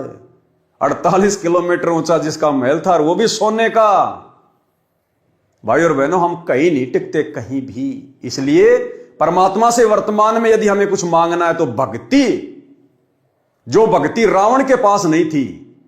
जिस धन के अभाव में रावण मर गया, जिस धन को रावण भी प्राप्त नहीं कर पाया, आज हम वो अनमोल वस्तु प्राप्त कर सकते हैं। क्योंकि आज हमें मौका है, वो दाता धरती पर प्रकट है, सतगुरु रामपाल जी भगवान। तो हमने केवल परमात्मा से भक्ति मांगनी है, मर्यादा मांगनी है, आधीनी मांगनी है, दास भाव मांगना है। बाकी तो परमात्मा ठाठ कर देगा जितनी हमें यहां आवश्यकता होगी। और उसके बाद फिर सदा के ठाठ, फिर सदा के ठाठ के लिए परमात्मा सतलोक में बैठा देगा। फिर हमने झांक के भी नहीं देखना इधर। तो भाई और बहनों, इस प्रकार से हमने अपनी औकात में, अपनी हैसियत में रह के और अपने गुरु को सर्वे सर्वा मानकर, सब कुछ मानकर हमने भक्ति करनी है। और दूसरी बात, जिसका बाप पहलवान है, जिसका बाप सावरिया सेठ है, फिर बेटे ने पहलवान बनने की क्या जरूरत है भाई। अरे जिसका बाप पहलवान है उसके बेटों को छेड़ कौन देगा। जिसका बाप सावरिया सेठ है, जगत सेठ है, तो उस बेटे को कभी धन की कमी रहती है क्या, किसी चीज के भरोसे रहता है क्या। जब हमारा बाप सतगुरु रामपाल जी भगवान सर्वगुण संपन्न है, तो क्यों ना हम इन्हीं की गोद में बैठकर खाएं पिएं, मौज मस्ती करें, अपनी भक्ति करें, मर्यादा निभाएं। हम क्यों टेंशन में पड़े। अरे जिस आदमी को गाड़ी चलाने के लिए ड्राइवर मिला हुआ है, वो मूर्ख आदमी है जो खुद गाड़ी चला रहा है। आराम से सीट पे बैठ, अपनी कोई पढ़ाई कर, अपना मोबाइल में अपना कोई धार्मिक कोई अपनी चीज देख, आराम से नींद आवे तो सो जा। ड्राइवर गाड़ी चला रहा है ना। तो इसी प्रकार पूरी सृष्टि का ड्राइवर सतगुरु रामपाल जी भगवान, आज सीधा सीधा हमारा बाप हमारे गुरु रूप में घर घर में प्रकट। तो भाई और बहनों, फिर हम क्यों टेंशन लें, हम क्यों सिर में दर्द करें ये दुनिया की दौलत मांग के। इसलिए हमने तो अपने गुरुदेव के चरणों में दास भाव से बैठे रहना है। परमात्मा यहां के भी सर्व सुखों को प्राप्त करवा देगा जो आवश्यक होंगे, भक्ति में बाधक नहीं होंगे। लंका के राजा रावण के महल की सबसे ऊपर की मंजिल 4 योजन यानी 1 योजन 12 किलोमीटर का होता, इतनी ऊंची थी। उसमें रावण नौजवान स्त्री के साथ संभोग करता था। संभोग यानी सेक्स करते समय दोनों स्त्री पुरुष के वीर्यपात होने की मात्रा 1.25 मण, 1 मण में 40 किलोग्राम होता है, इतनी होती थी, यानी 50 किलोग्राम, आधा क्विंटल होती थी। वाणी नंबर 260 से 317 तक। और भाई और बहनों, परमात्मा ने फिर एक सत्संग में बताया कि जो कुंभकर्ण था, कुंभकर्ण रावण का भाई, वो तो रावण से भी कई गुना ऊंची हाइट का था, कई गुना ऊंची हाइट का। और रावण का भाई कुंभकर्ण ब्रेकफास्ट में यानी नाश्ते में 100 जोटों का मांस खाता था। रावण तो भोजन करते समय 100 जोटों का मांस खाता था और कुंभकर्ण केवल नाश्ते में ब्रेकफास्ट में ही 100 जोटों का मांस खाता था और 100 मट के दारू के। अब सोचो वो कुंभकर्ण जो भोजन करता होगा दोपहर का या रात का, उस समय क्या खाता होगा। और उस कुंभकर्ण को नींद से उठाने के लिए परमात्मा ने बताया 12,000 बलशाली योद्धा, यानी उस समय 100 फुट की हाइट थी, 12,000 सैनिक 100 फुट के उसको उठाने के लिए उसके जो है मुगदर मारा करते थे, चोट मारते थे उसके भयंकर भयंकर। और कहते हैं कुंभकर्ण की नाक में, एक साइड का जो नाक है ना, जैसे 2 छेद है नाक में, एक साइड के नाक के छेद में 2 हाथी आ जाते थे, इतना चौड़ा उसका एक साइड का नाक का छेद था। तो सोचो भाई और बहनों वो कुंभकर्ण क्या होगा। फिर हम लोग किस बात पे घमंड करें, कोई 6 फुट का, कोई 6.5 फुट का, थोड़ा बहुत को डोले सोले बना के जिम जाम जाके शरीर को तोड़ के पता नहीं अपने आप को क्या समझ बैठता है। उस कुंभकर्ण की तुलना में वर्तमान का 10 फुट का आदमी मच्छर के बराबर भी नहीं है, मच्छर के बराबर भी। भाई और बहनों, इससे बड़ा उदाहरण इस भक्ति मार्ग पर अहंकार को नष्ट करने का दूसरा नहीं हो सकता। अगर हम चेतना में हैं तो, अगर हमारे अंदर गुरुदेव के ज्ञान की ज्योत सही प्रकार से जल चुकी है तो इस रोशनी में हम भली भांति अपनी औकात को देख सकते हैं। वाणी नंबर 260 से 317 तक राम तथा रावण के बीच हुए युद्ध का वर्णन है। हनुमान जी जैसे महाबलियों ने क्या क्या उपकार व उपद्रव करके युद्ध जीता। लक्ष्मण की जीवन रक्षा सरजीवन जड़ी औषधि का पौधा होता है, उससे हुई। यह रामायण का अंश है। यह अमृतवाणी संत गरीबदास जी के श्री मुख से बोली गई है, इसलिए इसके पढ़ने से आत्मा का पाप धुलता है, ज्ञान विशेष नहीं है। परमात्मा कहते हैं भले ज्ञान विशेष ना हो, ये बातें तुमने सुन रखी हैं राम की रावण की, लेकिन ये वाणियां महापुरुष के मुख कमल से उच्चारित हैं। गरीबदास जी के रूप में खुद हमारे पूज्य गुरुदेव भगवान थे, इनके मुख कमल से उच्चारित वाणियां हैं। और सोने पे सुहागा वर्तमान में गुरुदेव ने अपने कर कमल से लिख के दे दी हमें पवित्र मुक्ति बोध में, तो हमारे लिए तो सोने पे सुहागा। इनको पढ़ने मात्र से हम कितने पुण्य के भागी बनेंगे, आत्मा से कितना मैल कटेगा। पारक के अंक की वाणी नंबर 318 से 329। गरीब 1,80,000 असली और सकल जी नाती, मैं मंद का कलमा सरूं तबक 14 दाती। गरीब कलम सकल बन राय की, जय कोई लिखवा होए, अलय बैत बानी अलख अंत न पावे कोई।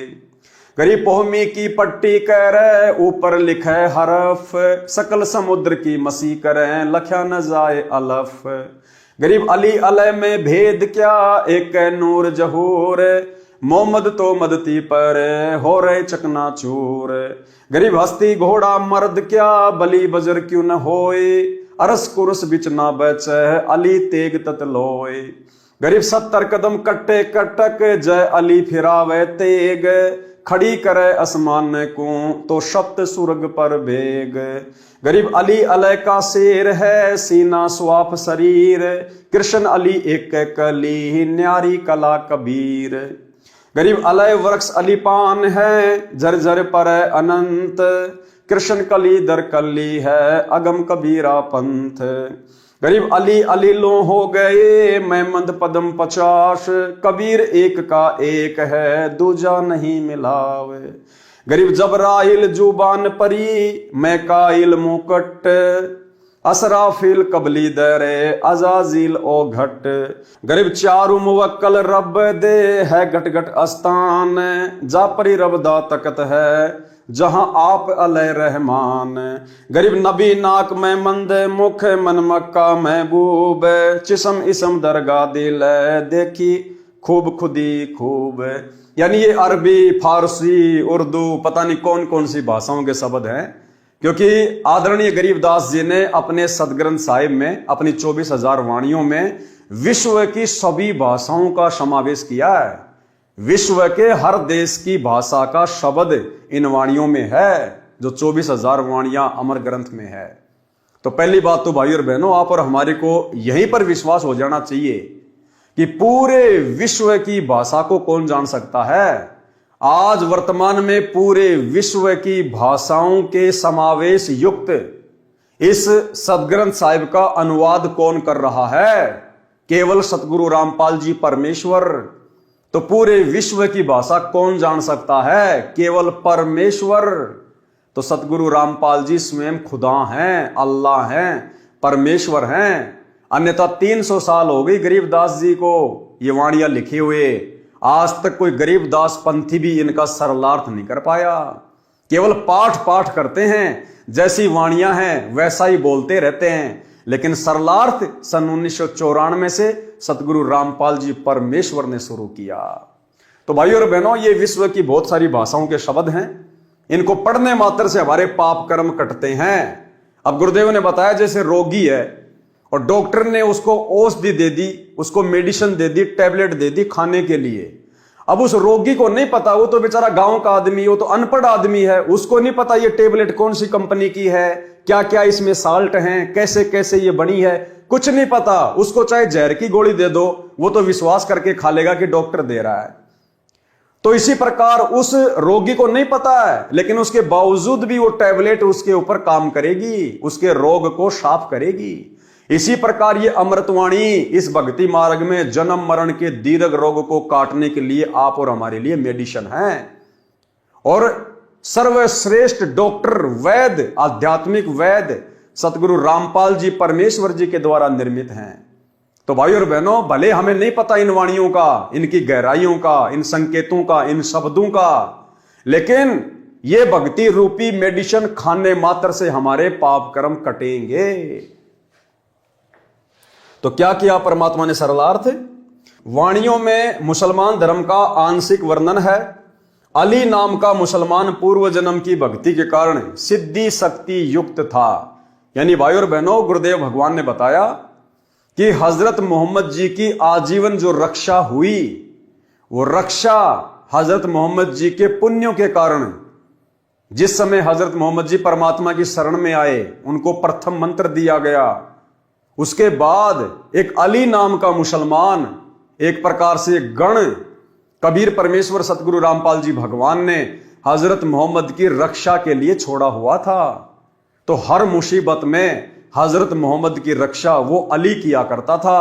और वो कितना सिद्धि युक्त था, कितना शक्तिशाली था, परमेश्वर क्या बता रहे हैं। और फिर उस अली नाम के मुसलमान की तुलना में कबीर परमेश्वर कितने समर्थ हैं, कितने शक्तिशाली हैं, उसका भी जिक्र किया है। वाणियों में मुसलमान धर्म का आंशिक वर्णन है। अली नाम का मुसलमान पूर्व जन्म की भक्ति के कारण सिद्धि शक्ति युक्त था। उसने हजरत मोहम्मद जी की विशेष सहायता की थी। अली की शक्ति का वर्णन किया है कि अली परमात्मा का शेर यानी सिंह था। जब वह तेग यानी तलवार से वार करता था तो 70 कदम कटे कटक, यानी 70 कदम तक दुश्मन की सेना कट जाती थी। तलवार को आसमान की ओर खड़ा करता था तो 7 आसमान तक जाती थी।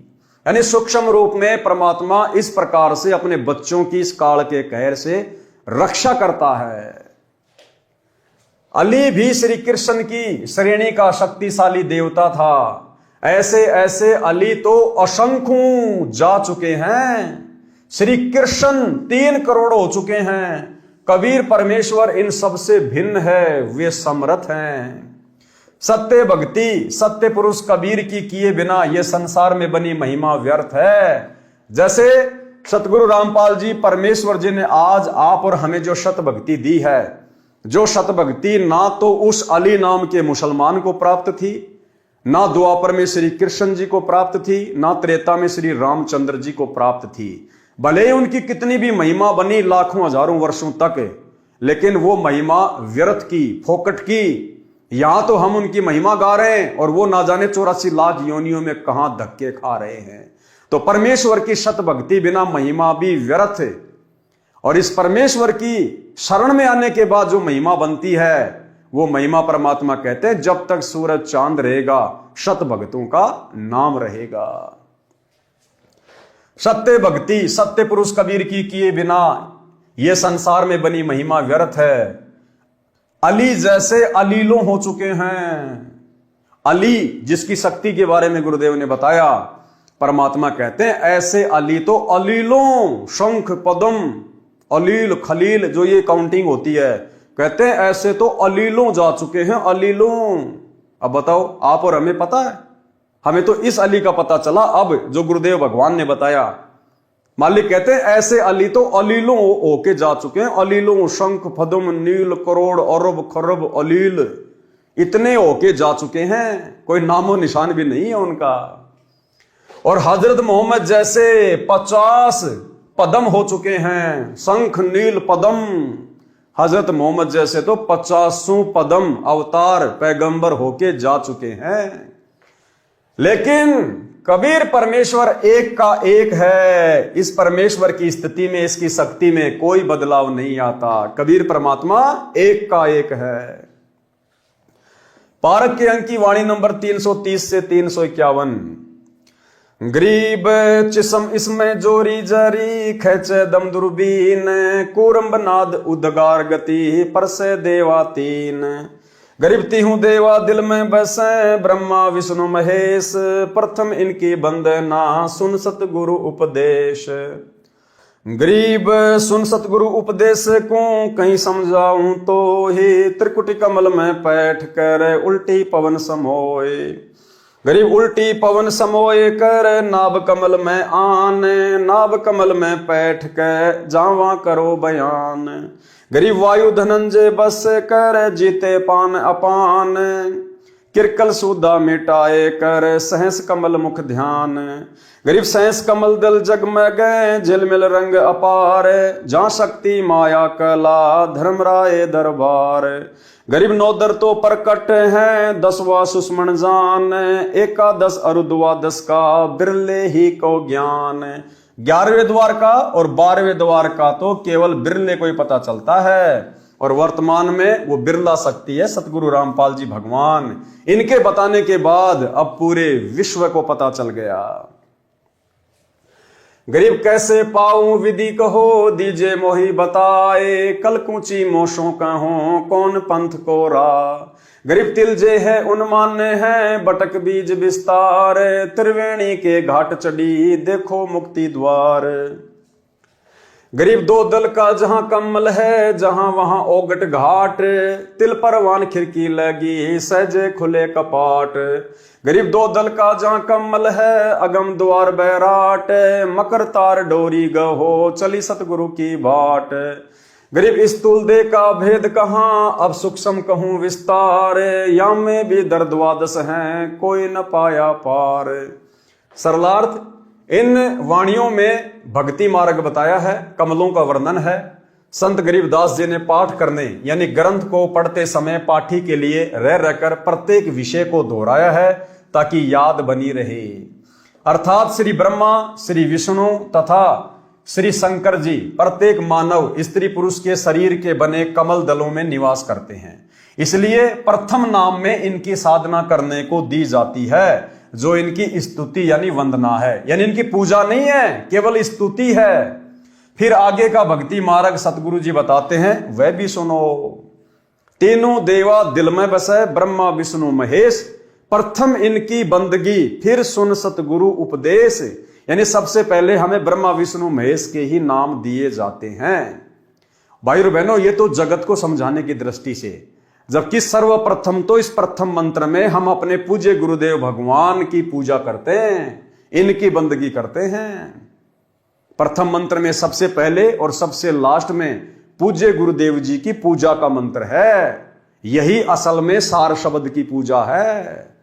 ये बीच के मंत्र तो परमेश्वर ने शरीर के कमल में बसे हुए इन देवी देवताओं के इसलिए दिए हैं क्योंकि हम इनके अधीन हैं, इनके लोक में रह रहे हैं, इनका हमारे ऊपर कर्जा हो चुका है। हम यहां जो इस पृथ्वी पर अन्न उपजा रहे हैं, काजू किशमिश सेव संतरे खा रहे हैं, अन्न खा रहे हैं, हवा ले रहे हैं, सूर्य का प्रकाश ले रहे हैं, ये इस काल ने तपस्या करके परमात्मा से प्राप्त किए हुए हैं और यहां मैनेजर बना दिया ब्रह्मा विष्णु महेश को। तो हम ये जो सुविधा ले रहे हैं ना, इसके बदले हम कर्जवान हो रहे हैं। तो परमेश्वर ने इनके मंत्र केवल इसलिए दिए हैं ताकि हम इनकी साधना करें, इनकी मजदूरी करें और हम इनके कर्जे से मुक्त हो जाएं। इनके मंत्रों का जाप करना इनकी पूजा करने में नहीं आता है। असली पूजा तो अपने गुरुदेव भगवान की है। वाणी नंबर 332 से 351 में कमलों का वर्णन है, जो पहले कई बार बता दिया है। कबीर सागर के सरलार्थ में भी परमात्मा ने कई बार कमलों के विषय में खुलकर समझा दिया। आगे ब्रह्म वेदी तथा ब्रह्म काल अंगों में विस्तार से किया गया है, वहां पढ़ें। वाणी नंबर 349 का सरलार्थ है।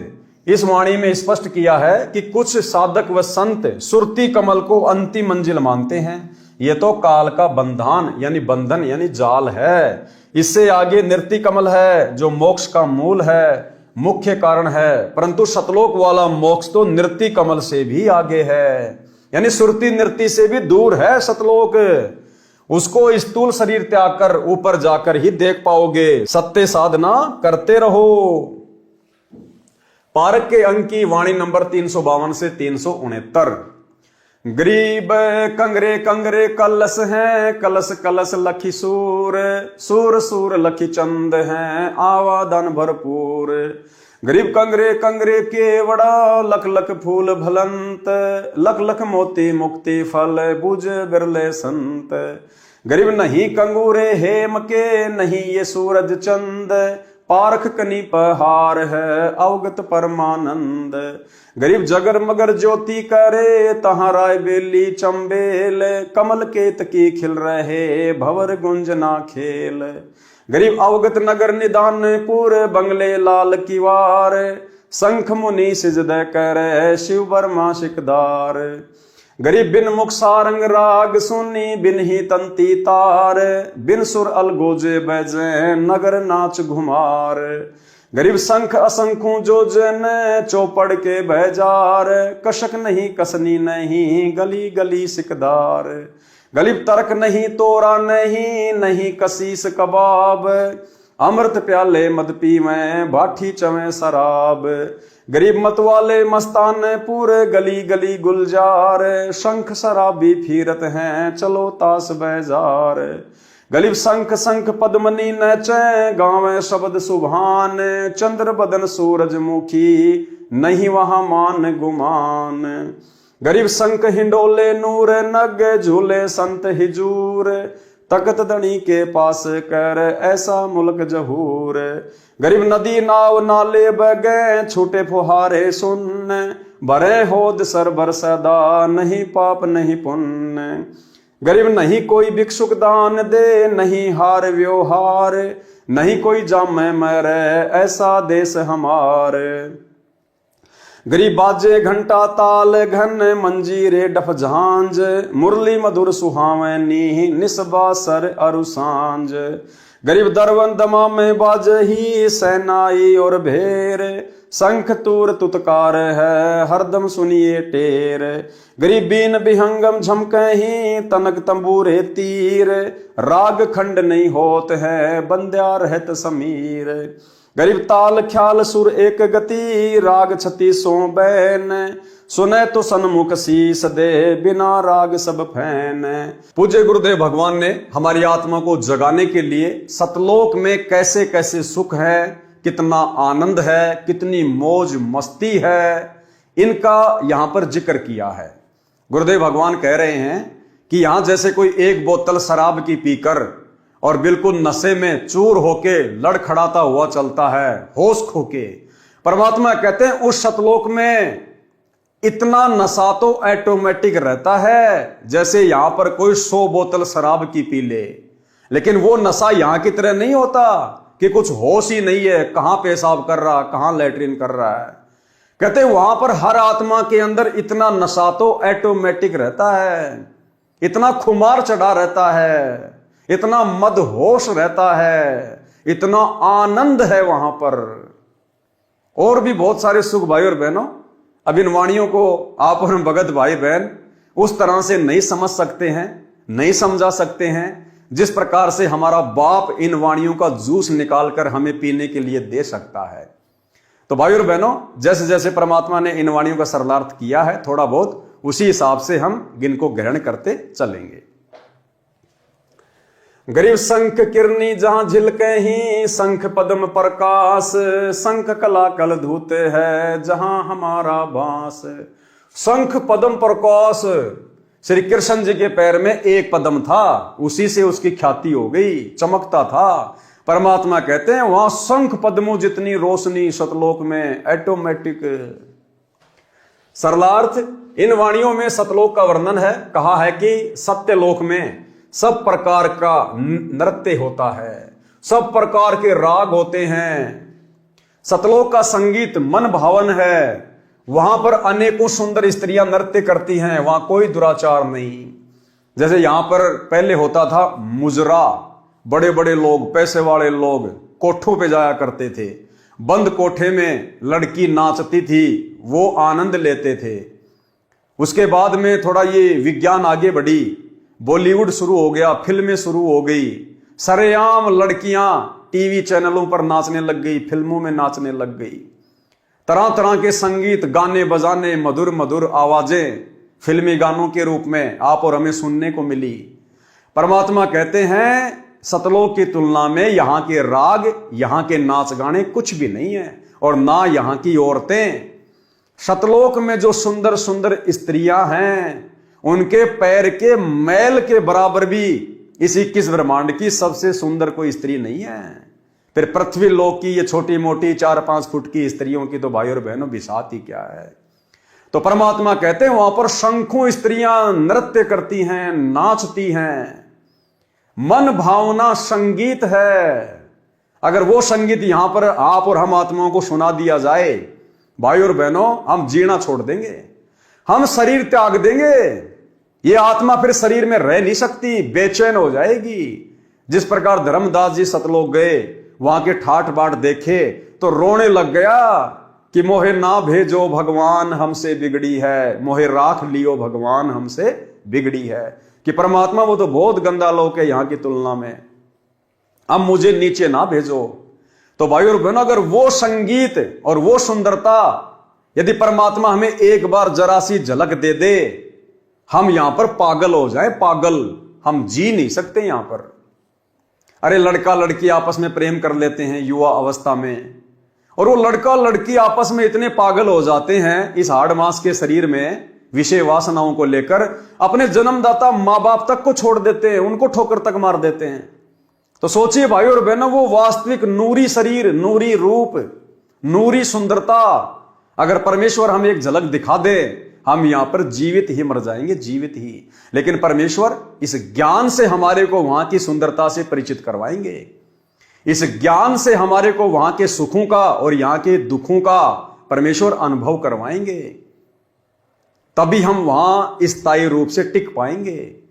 अन्यथा यदि परमेश्वर हमें कच्चेपन में सतलोक लेकर गए, हालांकि परमात्मा तो नहीं लेके जाएंगे, उनको तो पता है, लेकिन एक उदाहरण पेश किया परमात्मा ने हजरत मोहम्मद जी का। हजरत मोहम्मद जी को परमात्मा सतलोक लेकर गए थे, लेकिन वो सतलोक में नहीं रहे, उनका मन वहां नहीं लगा, क्योंकि उनको ज्ञान नहीं हुआ। और यहां उनके बहुत सारे भगत बन चुके थे, उनके चेले बन चुके थे, उनकी महिमा हो चुकी थी, तो उन्हें यही की महिमा अच्छी लगी। तो इसी प्रकार भाई और बहनों, यदि बिना ये तत्व ज्ञान हमारे हृदय में जमाए गुरुदेव हमें सतलोक ले भी गए, तो भाई और बहनों, यहां से जब तक हमारी आस्था पूरी तरह से नहीं हटेगी, सतलोक में हमारी आस्था नहीं लग सकती। तो परमेश्वर कह रहे कि वहां के जो सुख हैं, वहां के सुखों का यहां पर वर्णन भी बड़ी मुश्किल से किया जाता, बड़ी मुश्किल से। वो अकय लोक है, वहां के सुखों के विषय में कहा नहीं जा सकता। लेकिन फिर भी ये समर्थ परमात्मा आप और हमें जैसे तैसे करके समझा रहे हैं, हमारी आस्था इस गंदे लोक के झूठे सुखों से हटाने के लिए। तो क्या कह रहे हैं परमात्मा कि वहां पर कोई दुराचार नहीं है। जब वहां पर औरतें डांस करती हैं, नाचती हैं, तो हमारे मन में कोई पाप नहीं आता, विषय वासना नहीं जागती, दुराचार नहीं आता। जैसे कोई बहुत सुंदर स्त्री है और वो भले ही नंगी होके डांस करने लग जाए अपने घर पर एक कमरे में, और वहीं उसका 6 महीने का या 1 साल का उसका बेटा या बेटी भी है, उस बेटा बेटी के मन में किसी प्रकार का कोई विकार उस सुंदर स्त्री को नाचती हुई को देखकर नहीं आएगा। इसी प्रकार सतलोक में भाई और बहनों हमारा नूरी शरीर है, उस नूरी शरीर में विकार नहीं है, विषय वासना नहीं है, नामो निशान नहीं है, इसलिए वहां पर दुराचार नहीं है, मन में कोई मैल कोई पाप नहीं है। इन वाणियों में सतलोक का वर्णन है, कहा है कि सतलोक में सब प्रकार का नृत्य होता है। अब यहां का झूठा नृत्य और हाड़ मांस का शरीर उन एक्ट्रेस का, हीरोइन का, टट्टी पेशाब उनके शरीर में भरा पड़ा, थूक लार हैं जेर उनके शरीर में भरी पड़ी। हम तो उनका डांस देख के खुश हो रहे हैं और उसको पता नहीं कौन सी बीमारी ने घेर रखा है। वो दिखावट में हंस हंस के डांस कर रही है 2 पैसों के लिए, क्या पता उसको उस समय लैट्रिन लग रही है, पेट में दर्द हो रहा है, लेकिन झूठी मुस्कुराहट 2 पैसे कमाने के लिए, और हम उसको देख के खुश हो रहे हैं। परमात्मा कहते हैं जब सतलोक वाला डांस तुम्हें देखने को मिलेगा ना, इस डांस की तरफ तो कभी सौपन में भी मुंह नहीं करोगे, सौपन में भी।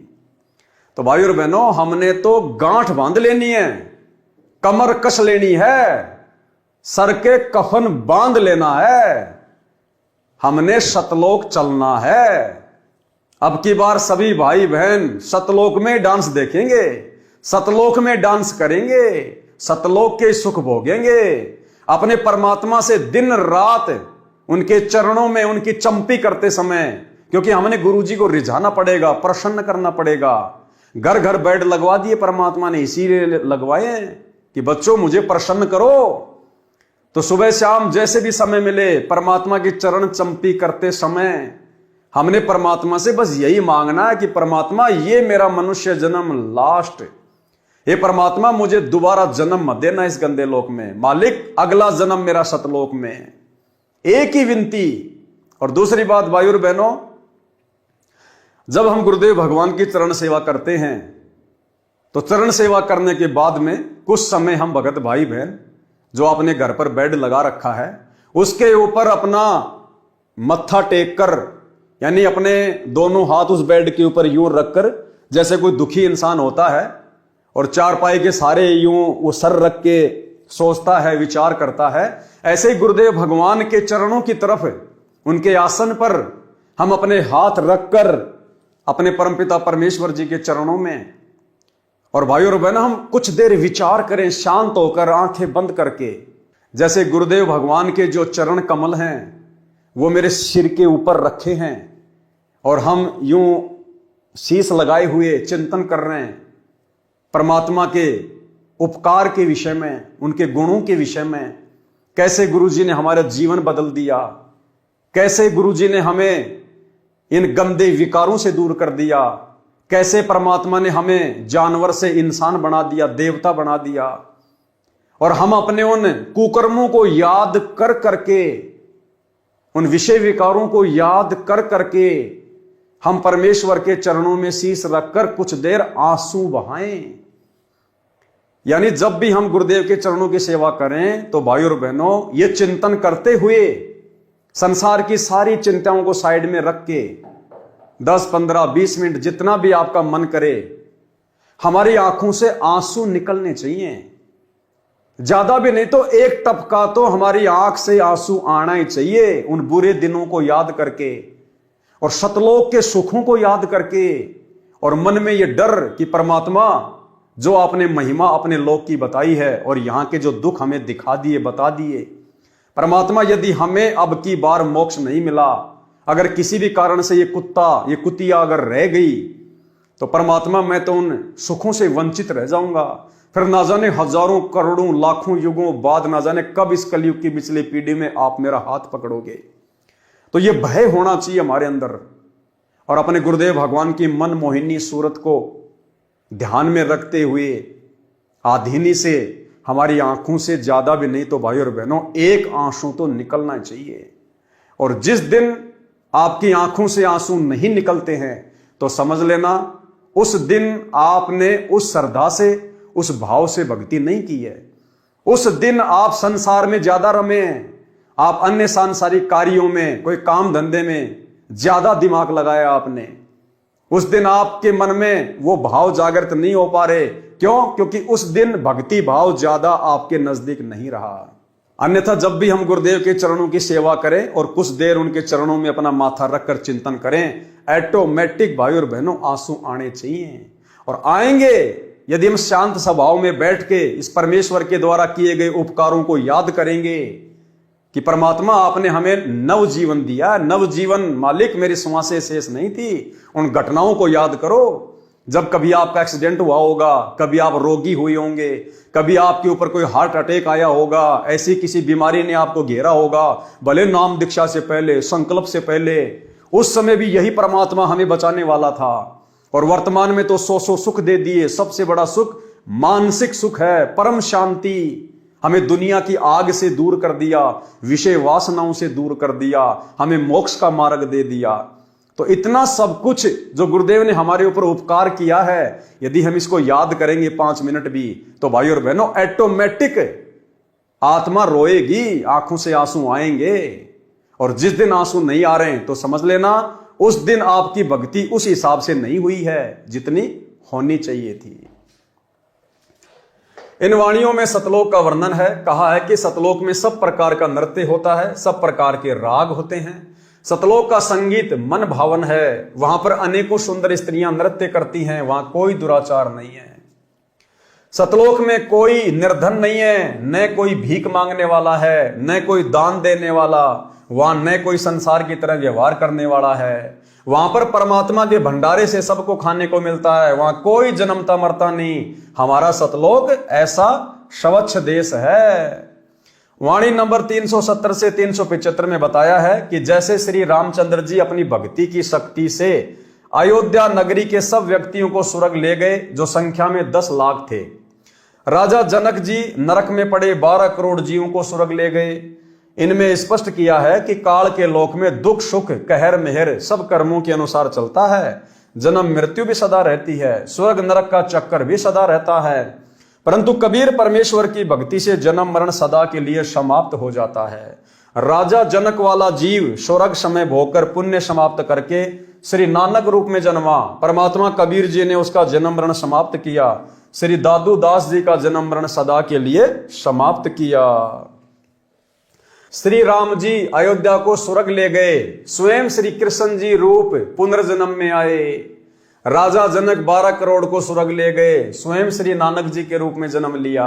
इसलिए परमात्मा कबीर जी की भक्ति से परम शांति यानी जन्म मरण से सदा के लिए मुक्ति मिलती है, तथा परम धाम यानी सत्य लोक मिलता है, जो सुख सागर है।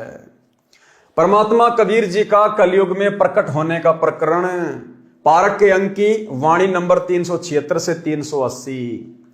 गरीब 84 बंधन कटे कीनी कल्प कबीर, भवन चतुर्दश लोक सब टूटे जम जंजीर। गरीब अनंत कोटि ब्रह्मांड में बंदी छोड़ कहाए, सो तो एक कबीर है जननी जन्या न माए। गरीब शब्द स्वरूपी साहिब दैनी, शब्द सिंध सब माही, बाहर भीतर रम रहा जहां तहां सब ठाही। गरीब जल थल पृथ्वी गगन में, बाहर भीतर एक, पूर्ण ब्रह्म कबीर है अवगत पुरुष अलेख। गरीब सेवक होय के उतरे इस पृथ्वी के माही, जीव उदाहरण जगत गुरु बार बार बलि जाही। सरलार्थ, इन वाणियों में परमात्मा कबीर जी के कलयुग में प्राकाट्य का प्यारा वर्णन है, जो इस प्रकार है। वाणी नंबर 376 से 380 में परमात्मा कबीर जी की महिमा का वर्णन है। किसकी? परमात्मा कबीर जी की महिमा का वर्णन है। कहा है कि कबीर परमेश्वर बंदी छोड़ हैं, अनंत करोड़ ब्रह्मांडों में बंदी छोड़ के नाम से प्रसिद्ध हैं। बंदी छोड़ का अर्थ है कैदी को कारागार से छुड़ाने वाला। हम सब जीव काल ज्योति निरंजन की कारागार में बंदी यानी कैदी हैं। इस बंदी गृह से केवल कबीर परमात्मा ही छुड़ा सकते हैं। और एक सत्संग में गुरुदेव भगवान ने बिल्कुल क्लियर कर दिया। गुरुदेव ने कहा कि अमर करूं शतलोक पठाऊं, ताते बंदी छोड़ कहाऊं। और फिर गुरुदेव ने कहा कि जो सच्चा गुरु होगा, जो सच्चा गुरु होगा वो बंदी छोड़ ही होगा। और बंदी छोड़ कौन है भाई और बहनों? कबीर परमात्मा। और दूसरा सृष्टि में कोई बंदी छोड़ नहीं है। और गुरुदेव क्या कह रहे हैं? जो सच्चा गुरु होगा वो बंदी छोड़ ही होगा। तो वर्तमान में सच्चे गुरु कौन? सतगुरु रामपाल जी। तो कौन हुए सतगुरु रामपाल जी? बंदी छोड़। और बंदी छोड़ कौन? कबीर भगवान। तो कौन हुए सतगुरु रामपाल जी? स्वयं कबीर भगवान। सुनिए छोटा सा सत्संग। तो जल बूढ़त पकड़ो हाथा, अपने गुरु जी के प्रति ऐसी विनम्रता हो। बंदी छोड़ हे गुरु, क्योंकि गुरु होगा वो बंदी छोड़ ही होगा। बाकी नकली गुरु है, वह गुरु भी नकली गुरु है और वो बंदी छोड़ हो ही नहीं सकते। तो जो सही गुरु होगा वो बंदी छोड़ होगा। अमर करूं सतलोक पठाऊं, ताते बंदी छोड़ कहाऊं। अमर करूं और काल की बंद से छुड़वा कर सतलोक ले जाऊं, इसलिए मैं बंदी। तो भाई और बहनों, आप और हमारे विश्वास को दृढ़ करने के लिए सतगुरु महिमा गुरुदेव भगवान ने साध संगति से जुड़े हुए भाई बहनों को निमित्त बनाकर संगत में शुरू करवाई। क्योंकि गुरु को परमेश्वर माने बिना इस सत भक्ति में गुरु ही परमात्मा होता है। एक सत्संग में गुरुदेव ने स्पष्ट कर दिया कि अगर कोई गुरु है तो केवल कबीर परमात्मा, दूसरा कोई गुरु हो ही नहीं सकता। सतगुरु तो इसलिए कहना पड़ गया क्योंकि नकली गुरु काल ने बहुत ज्यादा पैदा कर दिए, अन्यथा गुरु शब्द ही काफी है। और उस गुरु की भूमिका केवल कबीर परमात्मा ही करता है। गुरु यानी ज्ञान देने वाला। सृष्टि में जगत गुरु केवल एक ही है, कबीर भगवान। दूसरा कोई जगत गुरु नहीं हो सकता, बाकी सब जीव हैं। फिर परमात्मा ने, फिर धर्मदास जी चिंतित हो गए कि भगवान फिर कैसे बात बनेगी। तो परमेश्वर ने कहा कि 12 में पंथ, जब गरीबदास का पंथ चल चुका होगा, इन 12 में तो वो बात बने नहीं। 12 में पंथ में हम ही चल आवें और सभी पंथों को मिटाकर एक पंथ चलावें। और 12 में पंथ में ये दास भेज दिया परमात्मा ना आए तो गरीबदास पंथ में रामपाल दास।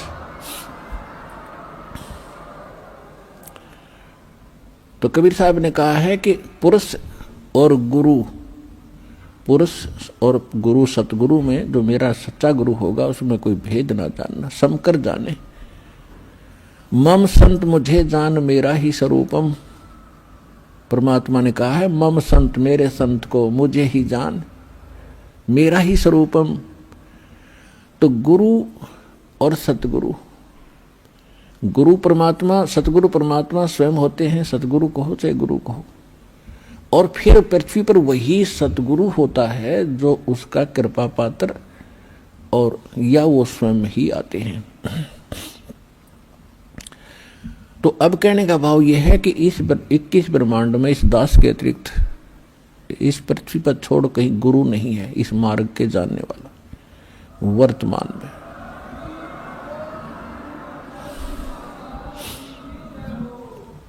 अब हम वहीं आते हैं जहां से प्रसंग शुरू हुआ था। तो आज जो जगत गुरु की भूमिका कर रहे हैं, जो गुरु की भूमिका कर रहे हैं, सतगुरु की भूमिका कर रहे हैं, तत्वदर्शी संत की भूमिका कर रहे हैं, कौन? सतगुरु रामपाल जी परमेश्वर। तो इनके अलावा, हमारे पूज्य गुरुदेव के अलावा दूसरा कोई भगवान नहीं, कोई कबीर नहीं। ये बात जितनी जल्दी हमारे दिलो दिमाग में बैठ जाए हमारा भला, अन्यथा भाई और बहनों ये कलयुग की बिचली पीढ़ी भी हमारी व्यर्थ ही जाएगी। तो भाई और बहनों, आज की वीडियो में केवल इतना ही। गुरुदेव के आशीर्वाद से कल रात्रि 8 बजे सभी भाई बहन फिर से लाइव जुड़िए। तब तक सतगुरुदेव भगवान आप और हमें आज्ञा दें, इजाजत दें, आशीर्वाद दें। बंदी छोड़ सतगुरु रामपाल जी भगवान की जय हो।